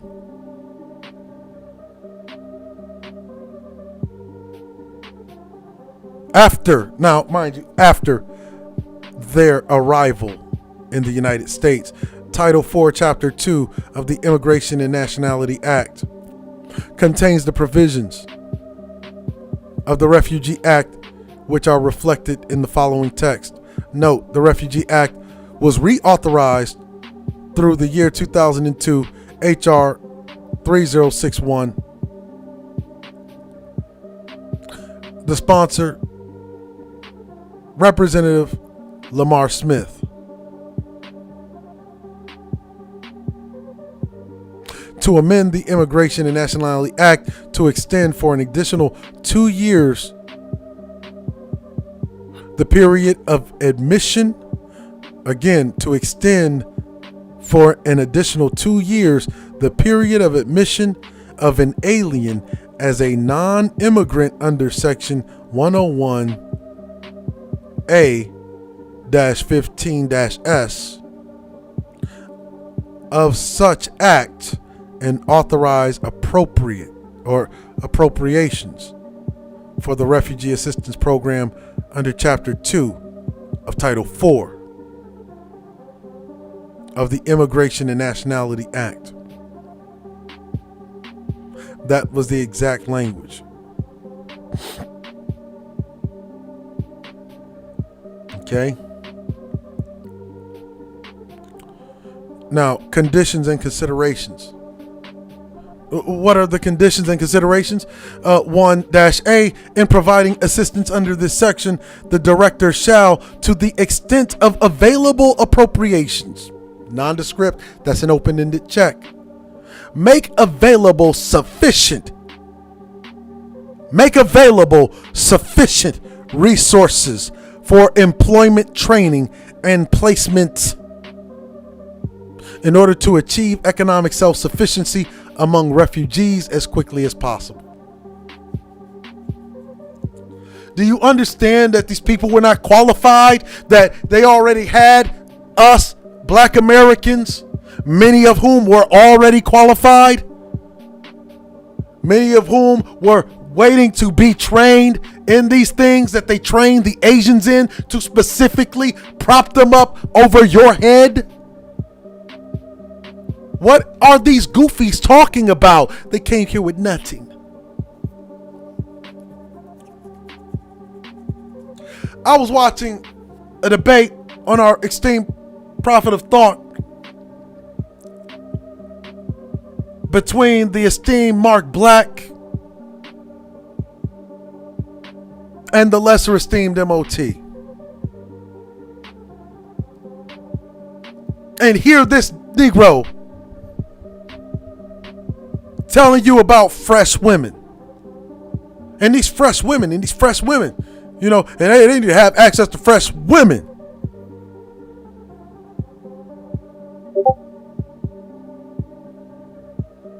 Do you know why these women in other groups are allowed to be so fresh, nigga? Because you paying for it. Surprise, motherfucker. We all paying for it. That's why the Asians stay fresh. They come to America.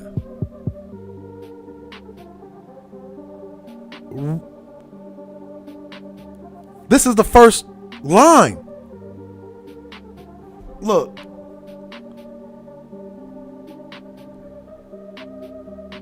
Do I need how far I need to zoom in? Huh? To show you these lines.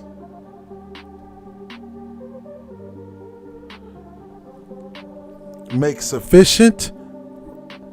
available sufficient resources for employment, training, and placement in order to achieve economic self-sufficiency among refugees as quickly as possible. 2, provide, that's provision, refugees with the opportunity to acquire sufficient English language training, right, to enable them to become effectively resettled as quickly as possible. That's more provisions. So you got to pay to train them, and you got to pay to teach them English as well. Oh, here's the other thing, because they say Asians don't be on welfare. The Asians don't be on welfare. They live 15 in the house. And then what they do is they pull their resources. They even steal Dr. Claude Anderson's talking point to try to say the Asians they pull their resources. They pull their resources so that somebody else in the house can get a house. No, they don't. Not according to this. One of the conditions and considerations is to ensure that cash assistance. Can you guys read that? To ensure that cash assistance is made available to refugees in such a manner as not to discourage their economic self-sufficiency. So, in other words, what does that mean? What does that mean? You know how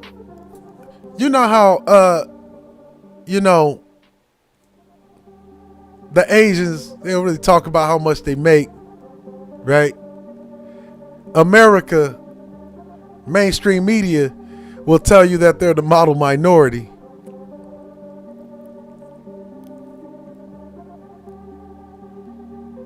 But you ever seen this situation, right? You might have seen it with like the old school, like the old men, right? Would say, yo uncle, right? Might have had, might have been on some, or your dad may have been on some hard times, right? Because this is typical of the old school way, right?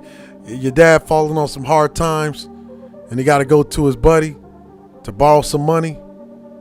And what'll happen is his buddy will let him borrow that money, but make sure that he lets him borrow that money out of the sight of everybody else to retain his dignity. This is exactly what America did with the Asians, is that they made them the model minority, and then they propped them up, and then they made sure that they had cash assistance available in such a manner as not to discourage their economic self-sufficiency. So in other words, not only make sure that you hide the fact that you're giving Asians a leg up on all of the rest of everybody else in America, but make sure you give them enough to where they don't end up being shackled to the state. Make sure you give them enough to where they don't become dependent. Like the poor Negroes that we intentionally manufacture their poverty to disadvantage the fathers and to shackle the mothers to the state. You understand me? Do you understand what that implies? That's why this derelict Negro male doesn't know shit. Just because he don't see the workings behind the scene about what made this group in America what it is. And I'm showing you the inner workings. They say, well, what do the Asians get that we don't get? Well, did you get cash assistance in such a manner as to not discourage your economic self-sufficiency?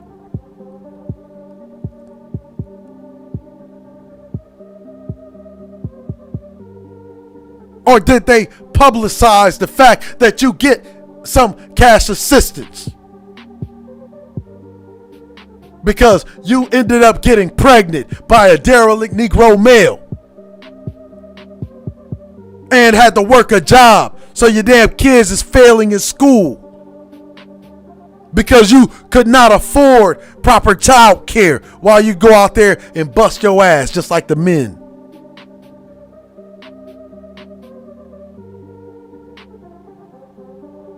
And then whenever you come having to need the system, they on welfare. They doing it to get the man out the house. Yep, that's it. Let's all run with that one. Yep, it was all to get the man out of the house.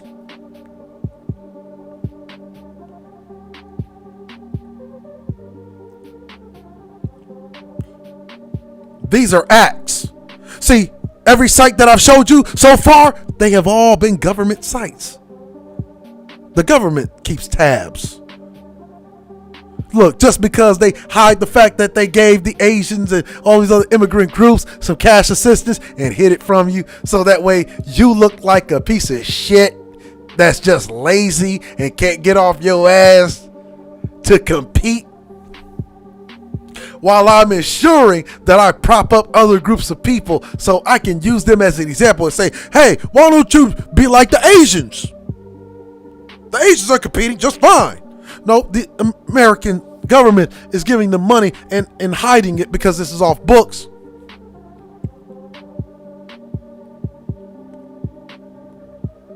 And then the Asian is incentivized to tell you the classic American exceptionalist story that they came here with nothing. I came here with nothing. And I want you to go ahead and check this out.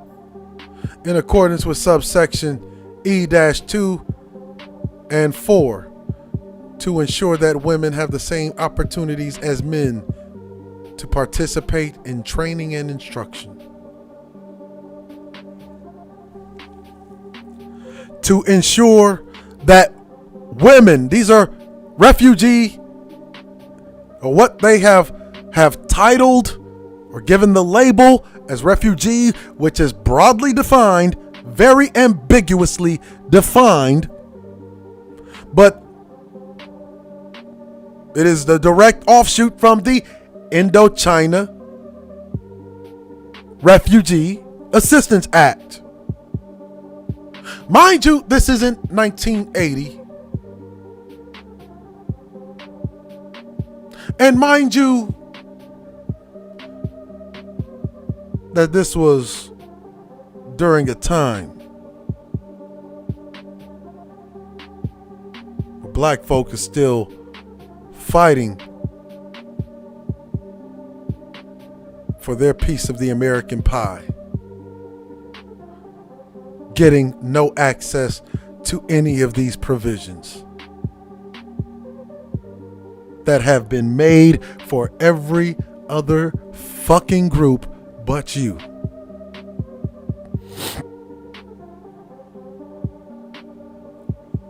Says it is the intent of Congress that in providing refugee assistance under this section,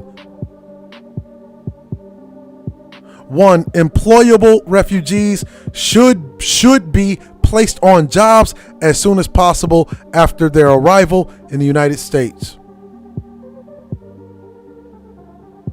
See, they ain't talking about you go down there, apply and submit your resume. No, they're talking about actual placement. That is a federal jobs guarantee.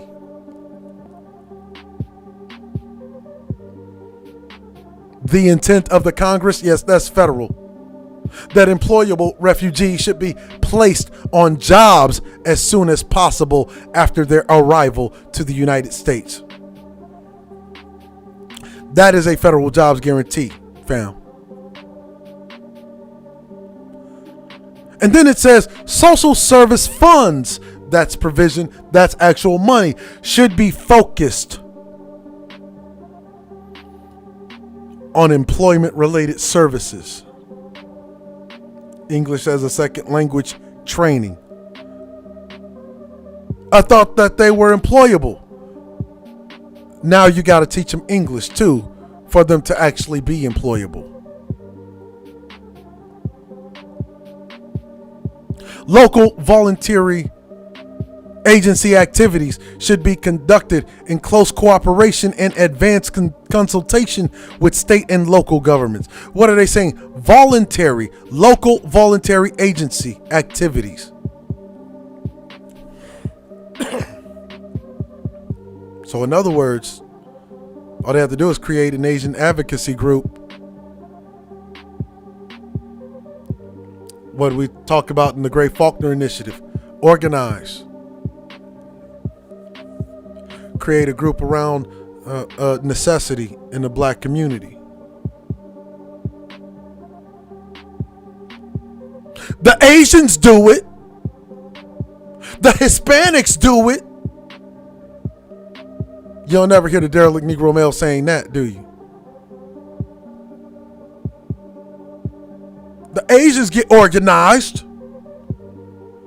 The Hispanics get organized. You don't hear the derelict Negro male saying that, though. They organize to do what? To get access to this money. Because if they're organized, if they're a local voluntary agency, all they have to do is go and get the grant. A grant they'll never have to pay back. They create businesses, yada, yada, yada. Look, these motherfuckers ain't coming over here with nothing and then just fucking working the job. What this is a federal jobs guarantee. They're placed as soon as they land on the damn shores. They have made sure that the Asian had every fucking opportunity. Granted, opportunities they didn't even fucking deserve. While you were sitting here as black Americans fighting still for your opportunities. And to get your mind off the opportunities that were being robbed of you, they gave you crack. They gave you marijuana.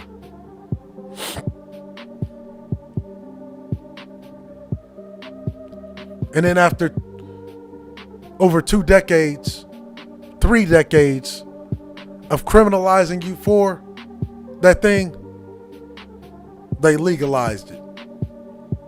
They legalized it, and then they isolated the market to make sure your black ass couldn't get into it. But you got Asians in it. You got Hispanics in that marijuana business.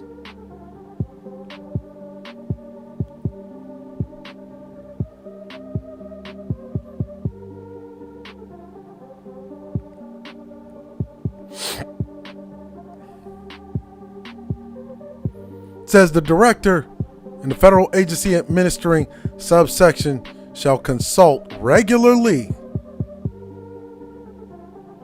no less often than quarterly, with state and local governments and private, nonprofit, voluntary agencies.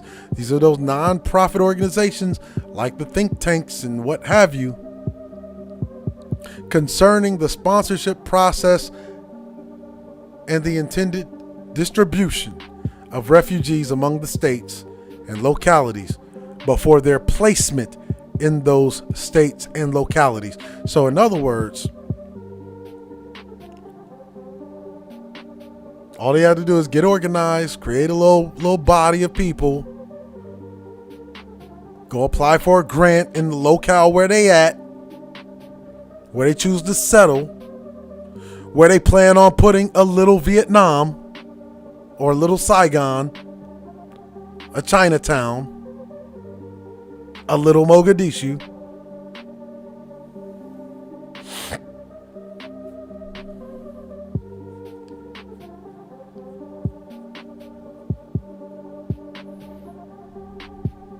Says such policies and strategies, to the extent practicable and except under such unusual circumstances as the director may recognize, shall one ensure that a refugee is not initially placed or resettled in an area highly impacted. What are they saying? What is a high impact community? We're talking about black community.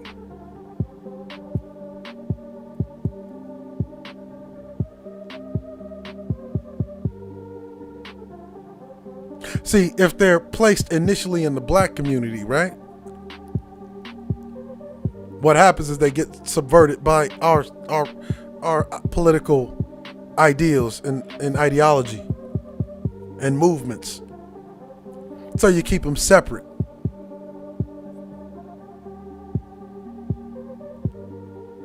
Until you're ready to actually put them in their place of permanent settlement. It says, by the presence of refugees or comparable populations, unless the refugee has a spouse, parent, sibling, son, or daughter residing in that area.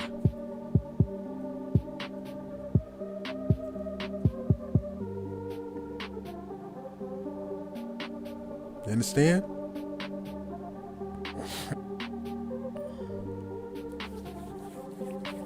Oh, and just in case you thought I was stopping at the Asians, but wait, there's more. See,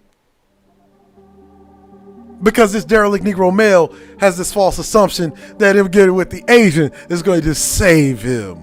Him getting with the Hispanic is going to save him. Is that what they're saying? Save yourself, black man. And then what are they doing? Going to other groups of women. Why? Because they're the hoes trying to get saved. They want other groups of women to play Captain Save-A-Hoe for them. And as you can clearly see, Asians, Hispanics, so far as I have showed you, they're not playing Captain Save-A-Hoe with these niggas. These Asian women got resources out the ass courtesy of this U.S. government, which means courtesy of our U.S. taxpayer dollars.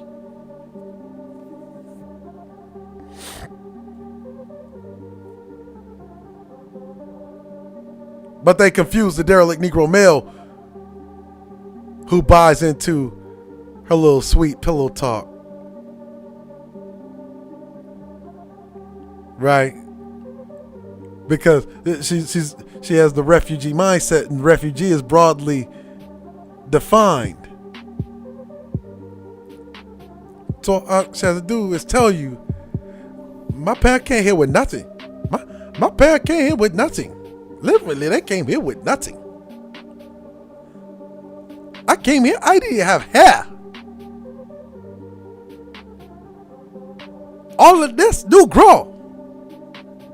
Hell, my hair now, it's new grow.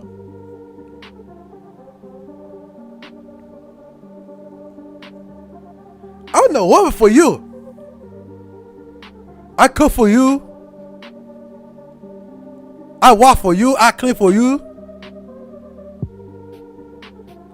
You see that black woman, that black girl, that black woman no good for you. That black woman no good for you. She too on horn. She too on horn too much.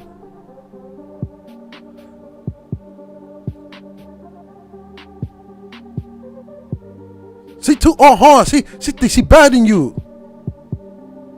And that's why you doing so bad. That's why you cannot go. That's why you cannot go and higher. That's why you cannot elevate.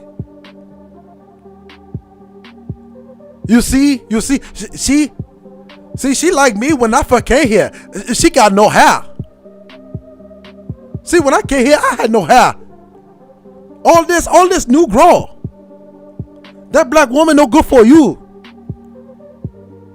That black woman no good for you. She too on horn. She too on horn for her own self.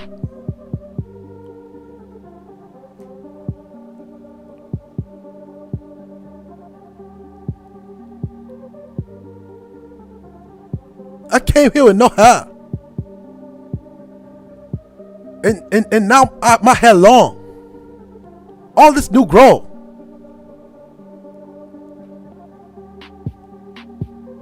I'm better. I'm better woman. That black woman no good for you. She too on horn. She too on horn all time. She too on horn too much.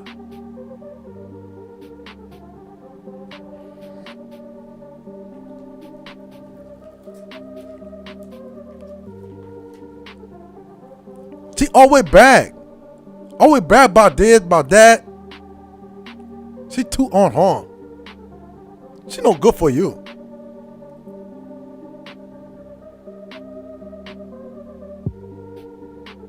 All the while she literally robbing your dumb ass blind. taking money out of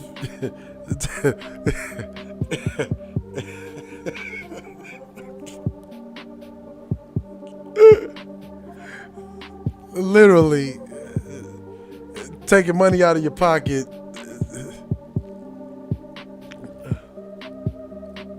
Shout out to the esteemed paladin John Recursive.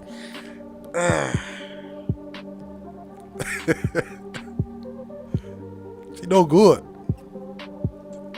These derelict Negro male. These men derelict. They derelict, I tell you. I tell you, they derelict.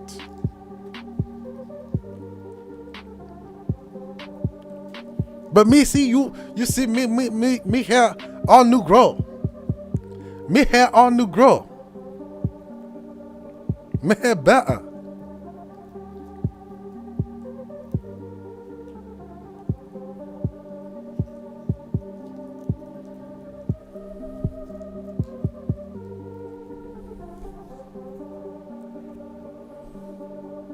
The reason your hair no grow because you don't eat omega-3.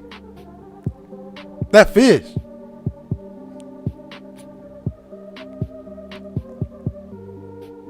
It's all new growth. She too on horn.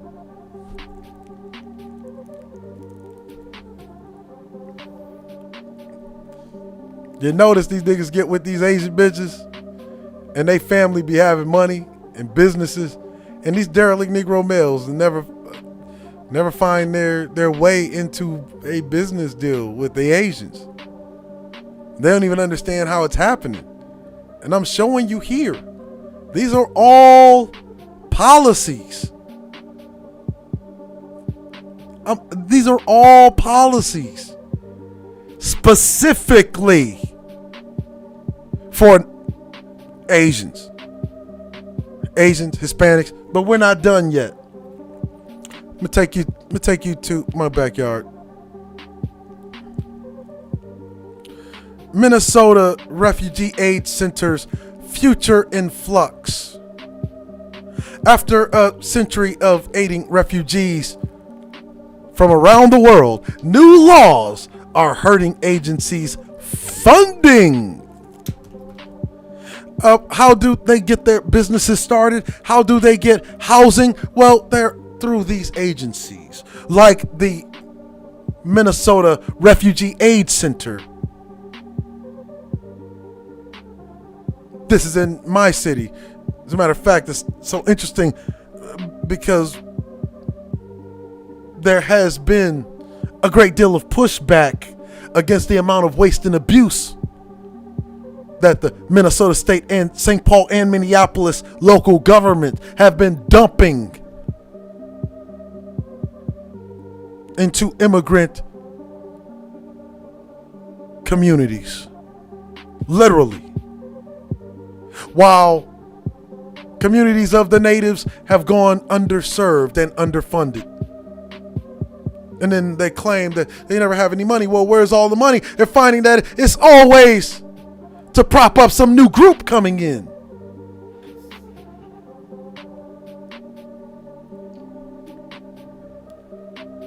Let me zoom that in just to show you who's on this. Everyone in this room right here. Oh, you thought this was a black man, didn't you? I bet you thought that was a black man, didn't you? Nope, that's a Nigerian foreign national. Nigerian foreign national. Oh, Nigerian foreign national couple.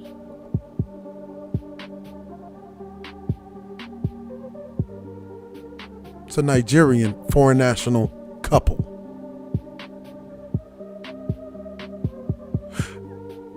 This is the International Institute of Minnesota. They advise not only on state and local city policy, but I want you to understand that they also advise on national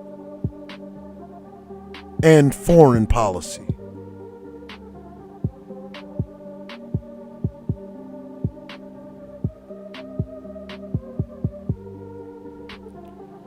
Everyone in this room is foreign national immigrant from somewhere.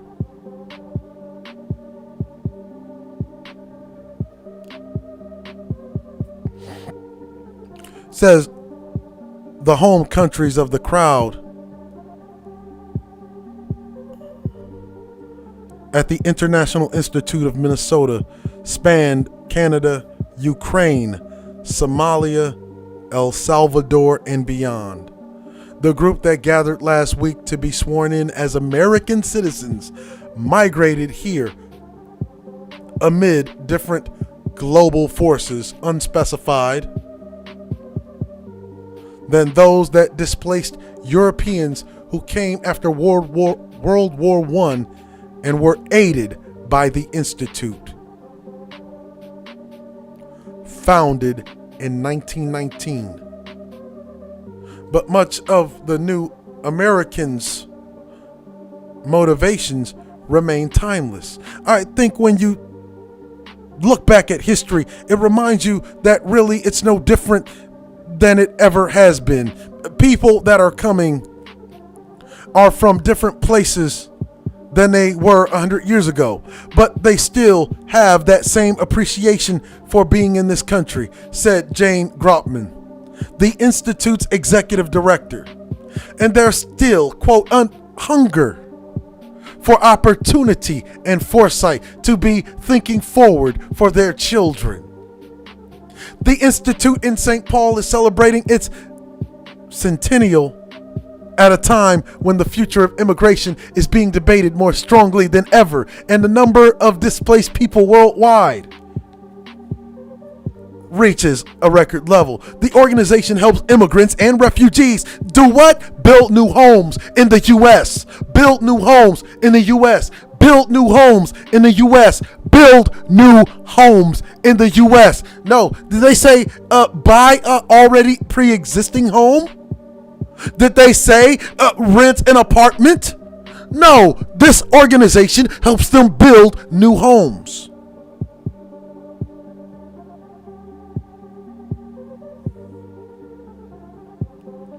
Does it say build new lives? No. Build new homes.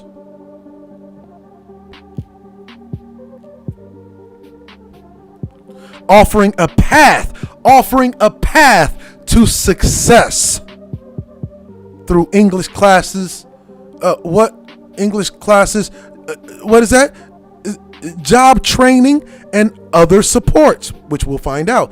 Its trajectory as one of the state's 5 agencies that resettle refugees offers a look at how the waves of displaced people in Minnesota have changed in the past century. Meanwhile, such institutions face new pressures because of the Trump administration's overhaul of the refugee program. As federal officials voice concern that the system is overburdened. And how right they most certainly are.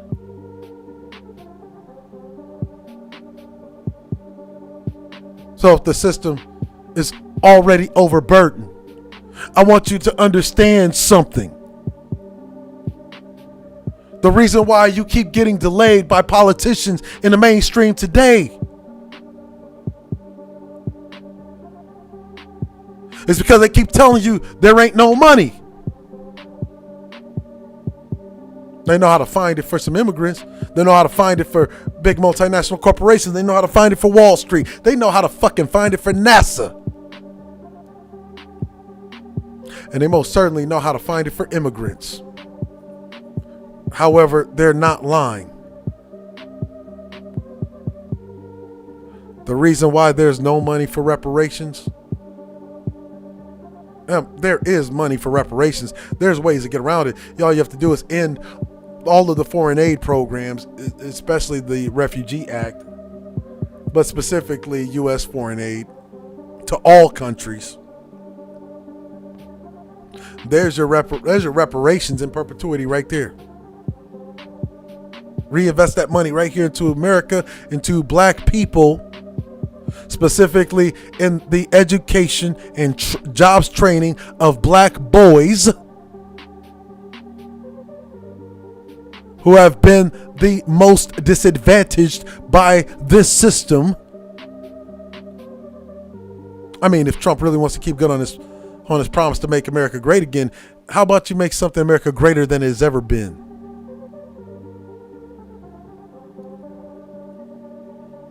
But the primary reason why there is so few dollars left in the coffers for reparations for descendants of slaves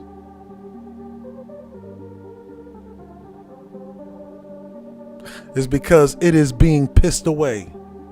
It is being eaten up.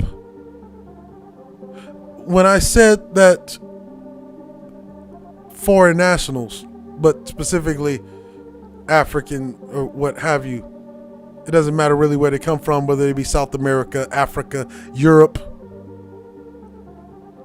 they are a parasite on our bellies. It is true.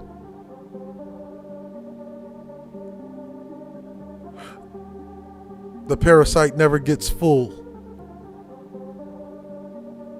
And because they already came in with entitlements and provisions.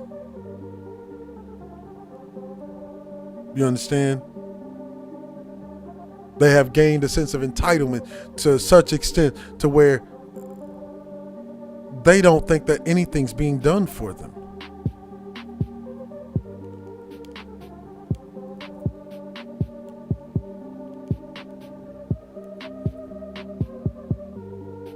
You understand?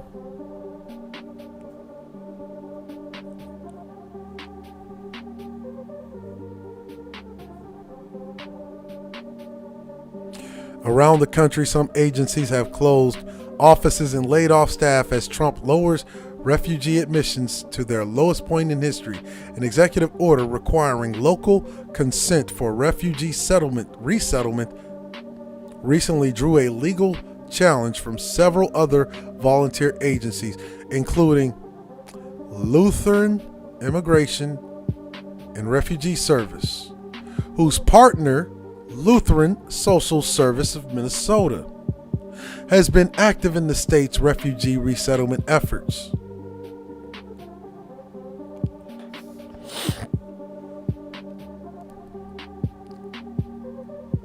This understands you. Whenever they talk about that 455 million, that 400 million in 1948, 1975, that end up translating to be anywhere between $2.5 to $4 or $5 billion in today's money. These are the types of institutions that they are filtered through. These people build houses, townhouses, in order to resettle these people. These are part of those provisions. What is the fiscal impact? Resettlement programs. Minnesota Department of Health and Human Services operates the state resettlement programs. Do you understand me? This is good. This is the most in-depth examination that you have actually seen into immigration. The Minnesota Department of Health and Human Services operates the state's. Matter of fact, let me blow this up.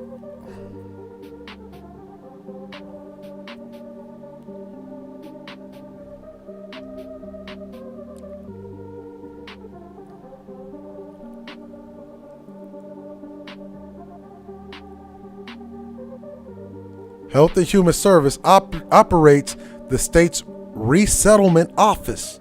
This office is headed by the state refugee resettlement coordinator, and it has a total, I want you to get this, 9 staff positions. 9 people do all this thing. You know what the average median income is for these 9 individuals? Let's just say this is a federally funded program, and not only that, the people that work them are federal employees, and they are upper middle class. Matter of fact, they are upper class, because this is a 6-figure salary that the 9 people that work for this group actually get.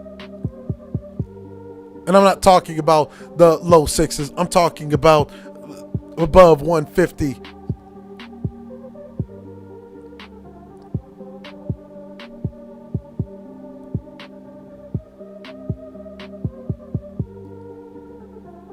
Payroll expenses, $875,000, $855,000, $831,000, $756,000.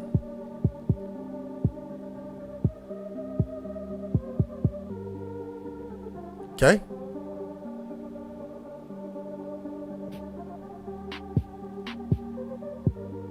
Refugees and cash assistance, over $1 million.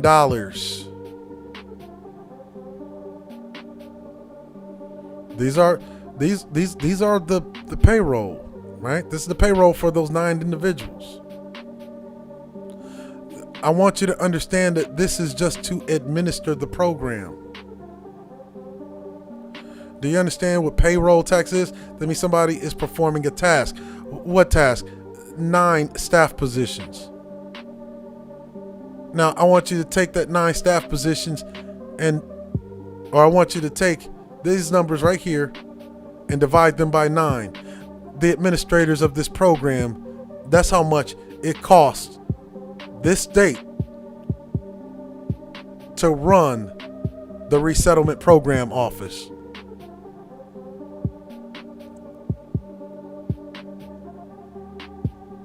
Do you understand me?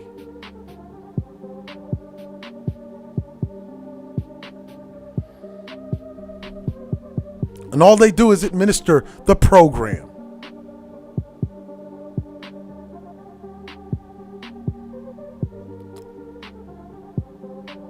Do you understand?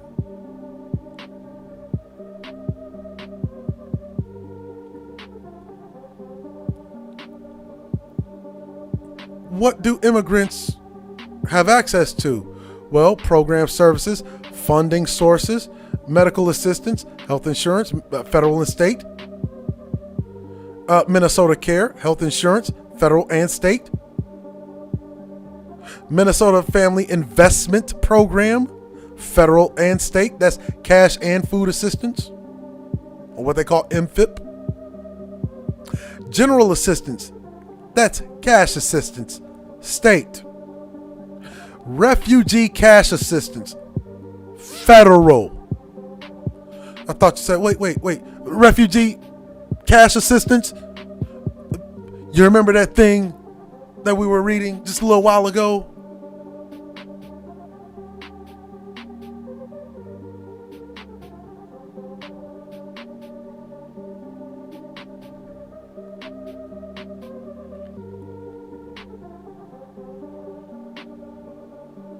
You remember that thing that we were just reading just a little while ago?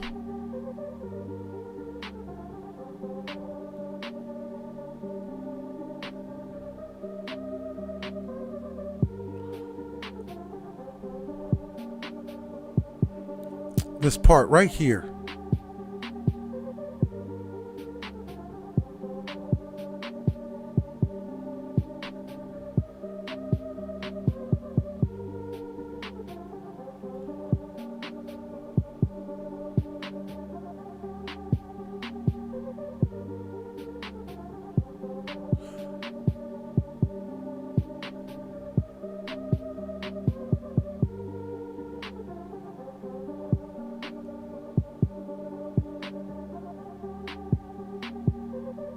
That part where we were just talking about how they want to hide it, right? Hide the fact that they're getting cash assistance. Well, when we go back to this refugee cash assistance, federal, understand that this is thousands of dollars a month per person, per individual. Federal government's giving up. That's your taxpayer money. Along with general cash assistance for states, so they could get the federal funding, which is refugee cash. They don't even have to report it on taxes. They could get general assistance. That's state. And they could get all of these other things. They're being propped up. They're not doing that well. The one thing that they are good at is fleecing the fuck out of the system.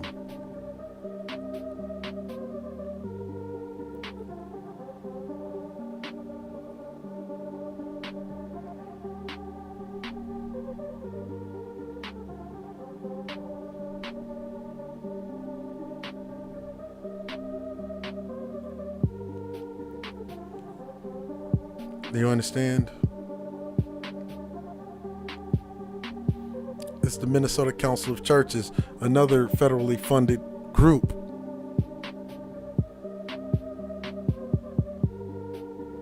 This is another federally funded group. Welcoming refugees. Takes a community to resettle each new refugee that arrives in Minnesota. Refugees have already endured the trauma of war. Really? The difficulty of flight. How considerate. They have jet lag? How did they afford a ticket? And the uncertainty of waiting in a refugee camp. You mean those country club-like things? Says we want to make sure their experience in resettling in Minnesota is full of welcome and hope.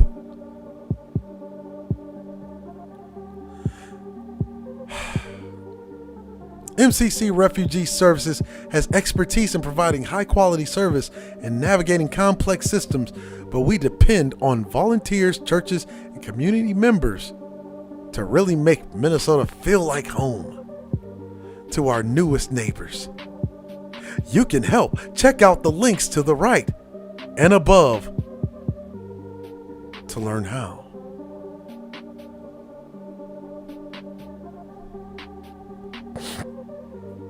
You want to know something interesting? Because you have Negroes running around here talking about, man, white people have donation, man. This is the Minnesota Council of Churches Refugee Services. What do they have on their page? A donate button. Go figure. The only difference is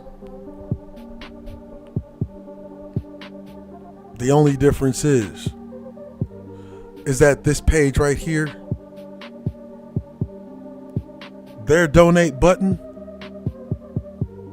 has generated millions of dollars. Yes. Along on top of the federal funding that they get to help in the effort to place refugees. Oh, you thought that these people were black Americans, didn't you? They're not. These are African foreign nationals, by the way. Just get you a foreign black girl. You mean the one that's like draining your pockets already? And you haven't even fucked the bitch. How's that for irony?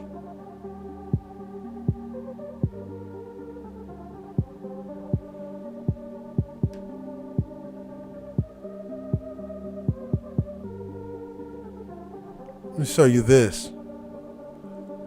The case for Asian serving colleges. This goes all the way back to June 25th of 2013.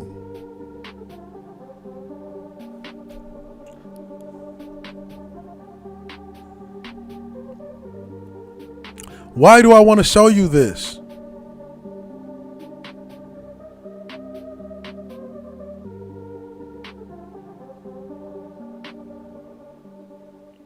Why do I want to show you this? Because you'll find that the Asians, the ones that I just showed you, along with African and South American or Latino and European foreign nationals,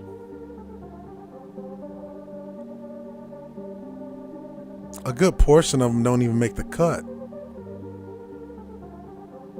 Despite being propped up on all of this policy, given all of these subsidies that they didn't work for, maybe there is something to that trope that they're saying. You don't work hard if you didn't work for it. Why am I going to give you something and you don't deserve it? You just going to squander it away. Maybe there is some truth in that. Oh, by the way, the person writing this article is an Asian American.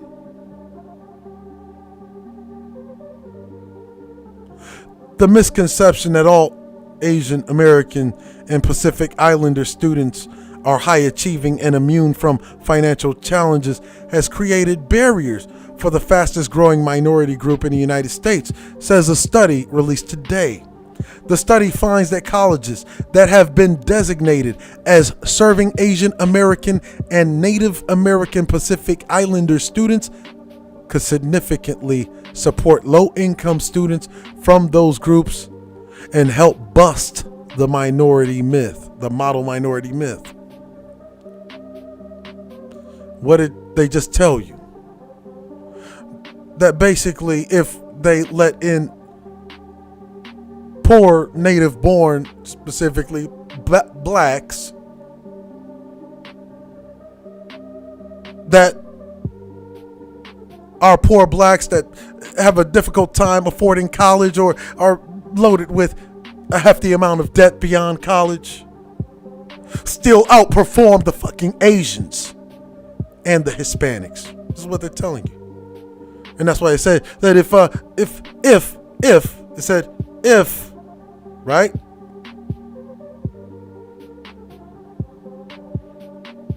If they could significantly support low-income students from those groups and help bust the model minority myth. But relatively few of those colleges have qualified so far to receive funds through the federal program set up for those purposes. The report, which was issued by the Asian and Pacific Islander Scholarship Program or Education Fund and the National Commission on Asian American and Pacific Islander Research in Education, says that of the 153 institutions that are eligible to be Asian American and Native American Pacific Islanders serving institutions, only 21 are now receiving funding. The Asian American blah blah blah blah blah says is a competitive grant process for institutions that serve high concentrations of low-income Asian Americans and Pacific Islander students in 2011. What's a low-income Asian? Well, low-income Asian is actually middle class, the low end of the middle class. There's not a lot of poor Asians in the country. Now, if you want to talk about what an impoverished Asian in America looks like, all you have to do is look at one that's on meth.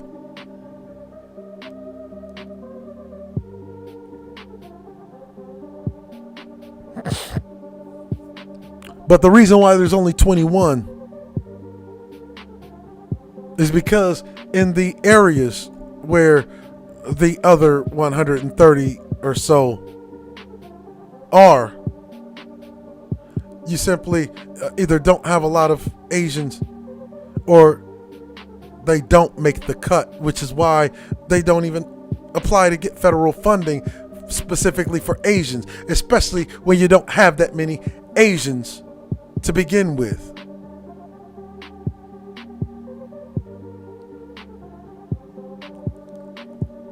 And the 21 schools where they are at, that's where the highest concentration of Asians actually are. So in other words, what they're telling the government is that they should waste more money, throw more money at a problem that only affects a minority, and not even to a significant enough degree that calls for attention.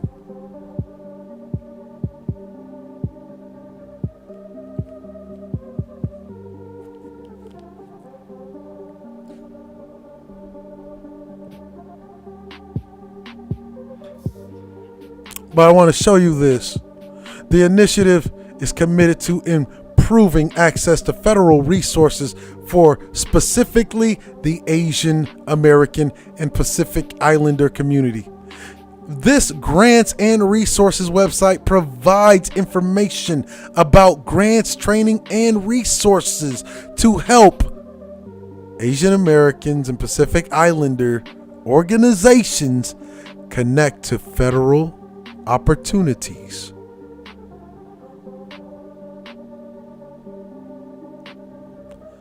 Start the process of funding and grants through the federal grants program. Funding opportunities. Funding opportunities to see what grants are available. Find training opportunities to learn more about federal resources.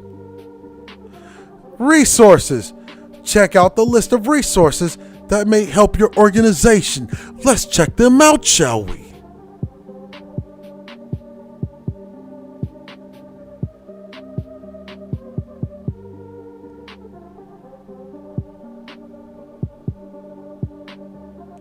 Eastern Region Training and Technical Assistance Center, Western Region, Pacific Region, Alaska Region. Nigga, in Alaska. Need to be in Alaska. The resources are going to be there.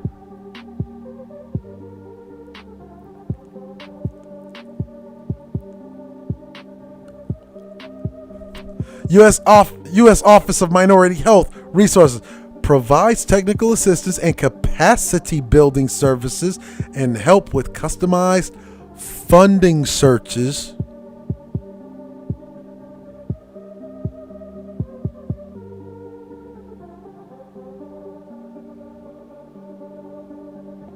Do you understand? Oh, U.S. Department of Housing and Urban Development. Specifically for Asian Americans and Pacific Islanders, offers resources for over 30 HUD programs and tools for grantees. Asian grantees, that is.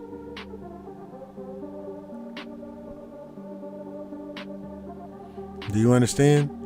U.S. Department of Housing and Urban Development launches Small Contractors Initiative curriculum. The curriculum gives small contractors the tools they need to get a bond and set themselves on a path to grow their own business.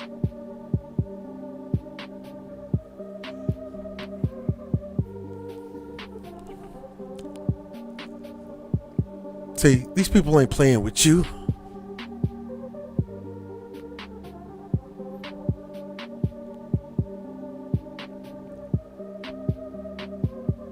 Oh, you thought it was done? Oh, they putting the women over the men's. Well, they're doing it for the Asian woman too. Just in case you didn't know.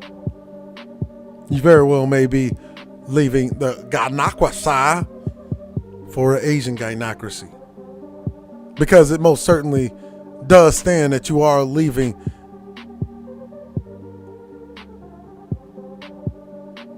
but you're going into an actual gynocracy where you have no power and where the competing group of men prop their women up so they don't have to depend on you.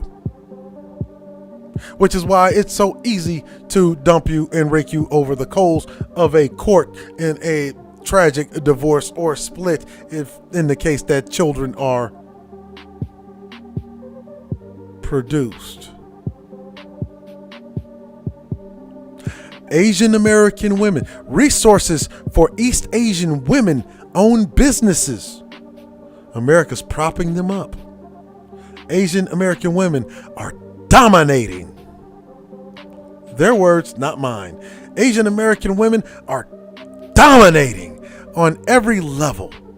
Per the 2018 American Express State of Women-Owned Businesses report, today more than 1 million Asian American women own firms that are generating more than $200 million in revenue. There is 1 million firms owned by Asian women that literally generate 202 average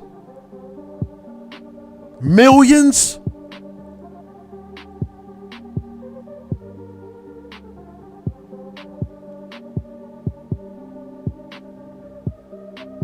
East Asian women have headed up Fortune 500 companies. You know, that's interesting. How many Fortune 500 companies do we have as black people that are black-owned Fortune 500 companies?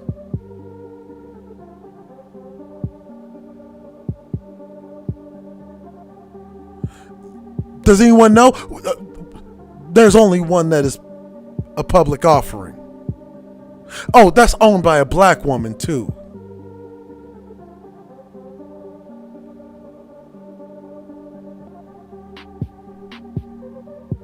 East Asian women have headed up Fortune 500 companies and innovated new products, and Asian American women own businesses are also most likely to staff up, providing new opportunities and tremendous growth throughout the economy.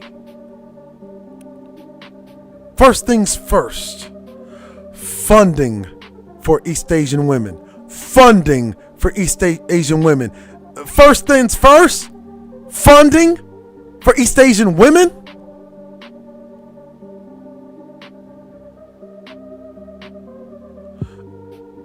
They coming in the door, paying with provision.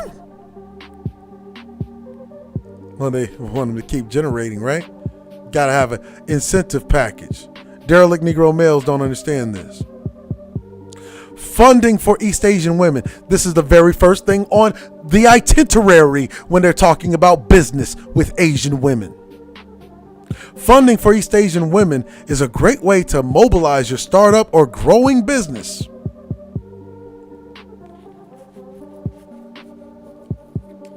not to mention vital to its success. There are growing numbers of opportunities for women-owned businesses, and below are a couple that specialize in specifically funding Asian women. For more funding leads, please visit our all-women section. Ashion provides small business loans and support for underrepresented small business owners. Well, if they have 1 million businesses that are owned by Asian American women, I would highly doubt, I could hardly say that's underrepresentation. Including quote unquote minority women. There's that language again. People of color. Why is it that all of these other groups are using the terminology that you fucking used when you fought for civil rights?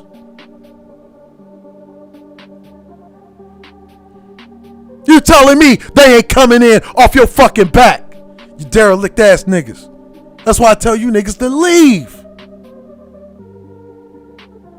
I know this shit is hard. This shit's hard to absorb if you're a derelict Negro male. The Asian American Economic Development Enterprise offers workshops, seminars, business assistance for new and existing ventures. So all you got to do is have an idea, and the Asian American Economic Development Enterprise will help you, will grant you access to funding for startups and a number of other valuable resources for Asian Americans specifically. And yes, they are federally backed and funded. What they do is they interface the Small Business Association and the local banks and the big banks for that matter, so their clients don't have to. In other words, all you have to do is be someone Asian, go into one of their office branches, file some paperwork, show them your new idea, and they will help you bring it from conception to startup. Asian Women Entrepreneurs, a support group of Asian entrepreneurs that links to funding opportunities.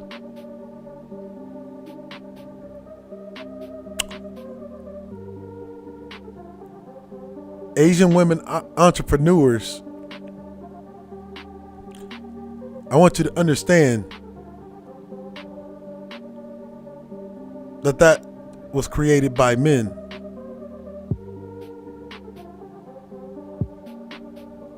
That was created by Asian men. As a matter of fact, it is a branch off from what is known as the Asian Entrepreneurs Network or some shit like that. And this is one of their offshoots for Asian women specifically. Asian Women Giving Circle. This is an amazing lead for funding for East Asian women specifically. The Asian Women Giving Circle is an Asian women-led organization that raises funds to support Asian American arts and culture-related women-led projects in one of the most expensive cities to do this shit in, New York. Tell me again how the fuck they come here with nothing? Grant applications. What? Grant applications are normally accepted in January of each year. So in other words, the Asian Women's Giving Circle, federally backed.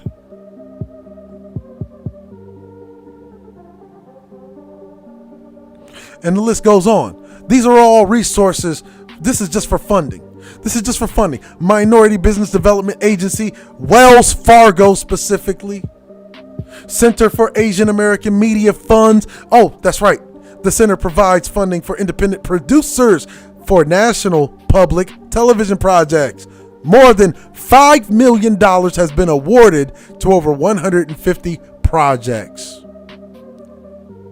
through the Center for Asian American Media.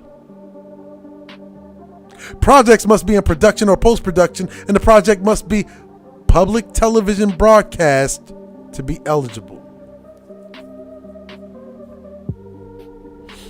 Oh, but you don't have to worry about that. You could go to the Calvert Foundation. Oh, you could go to the Aspen Capital Funding.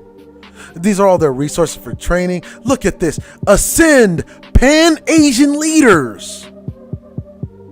Oh, you thought the only term out there was Pan-African. No, there's Pan-Asians. Ascend Pan-Asian Leaders. A membership-based organization that offers training and development programs for business professionals in the Asian community. This organization offers great opportunities, networking with over 600,000 members throughout the United States and Canada. Mind you, who all pay a due to be a part of that organization.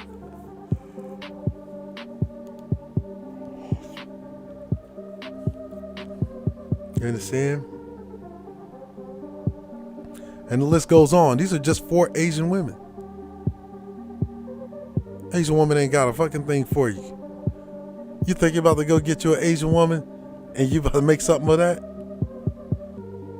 When all of this is what she's got access to?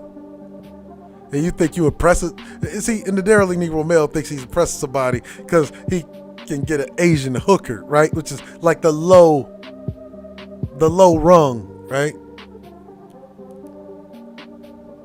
You know, Ling Ling, she, pulls ding dings for a living. On the weekend, she makes wings.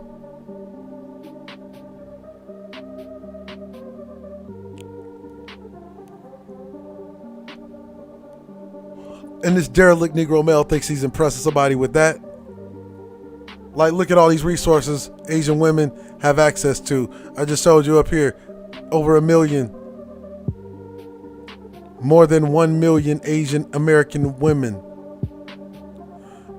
More than 1 million Asian American women own firms and are generating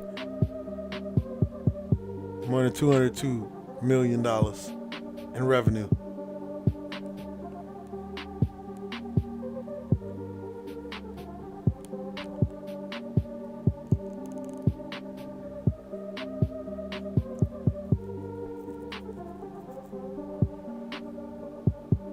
Do you understand what that means?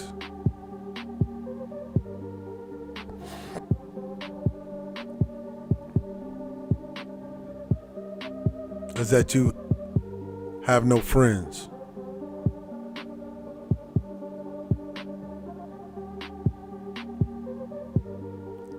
You never had any friends.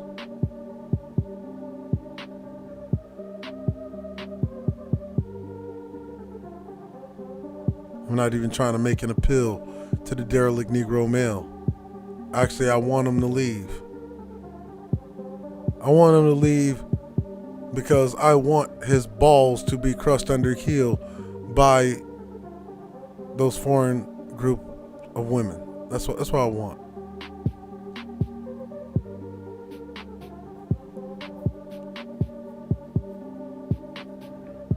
I want you to be happy. Happy in your dereliction. I want you to be happy.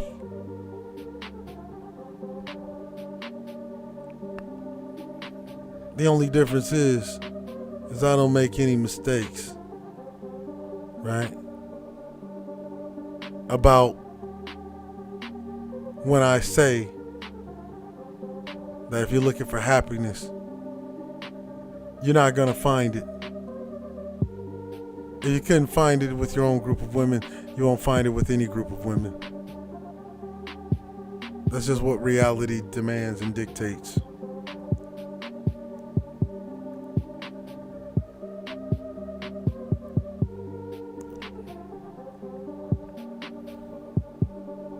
You understand? By now, without a shadow of a doubt, you should know that whenever you hear a derelict Negro male or even a foreign national, whether they be Hispanic, whether they be Asian, whether they be African foreign national, whether they be Somalian, that what they have here in this country is not a result of hard work. It's a result of being handed everything. No opportunity being restricted from them. That's what they've been living in.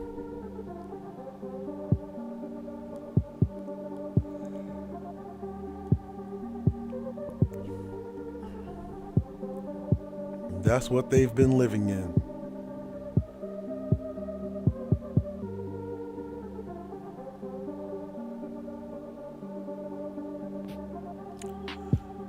You have been on air with the Gray Regime. I am Cerulean Gray. Our values are honor, valor, sacrifice, and esprit de corps.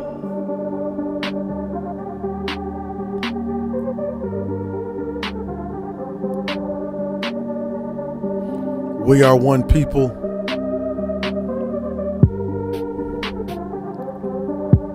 one heart,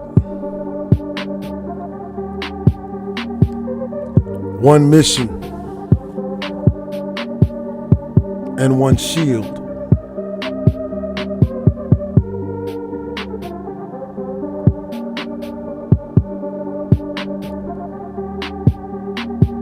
By now, you should understand.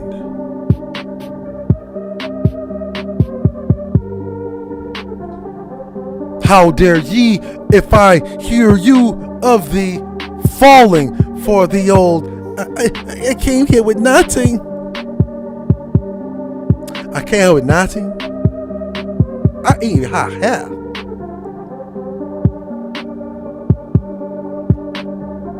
You fall for that shit, you deserve what you get.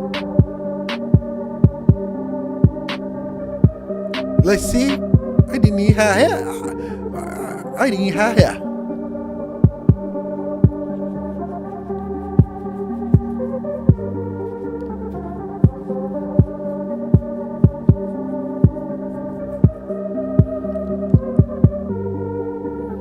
If you believe that bullshit, then you deserve what you get.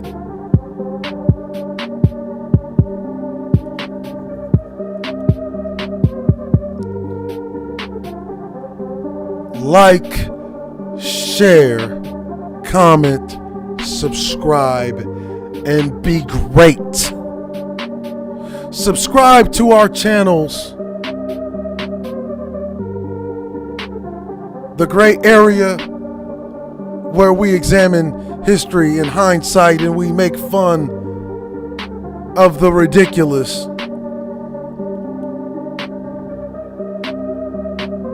Subscribe to Gray Regime Gaming, where you get gaming with also social, political, or economic, or some other populist commentary with loot. Subscribe to our partners and affiliates.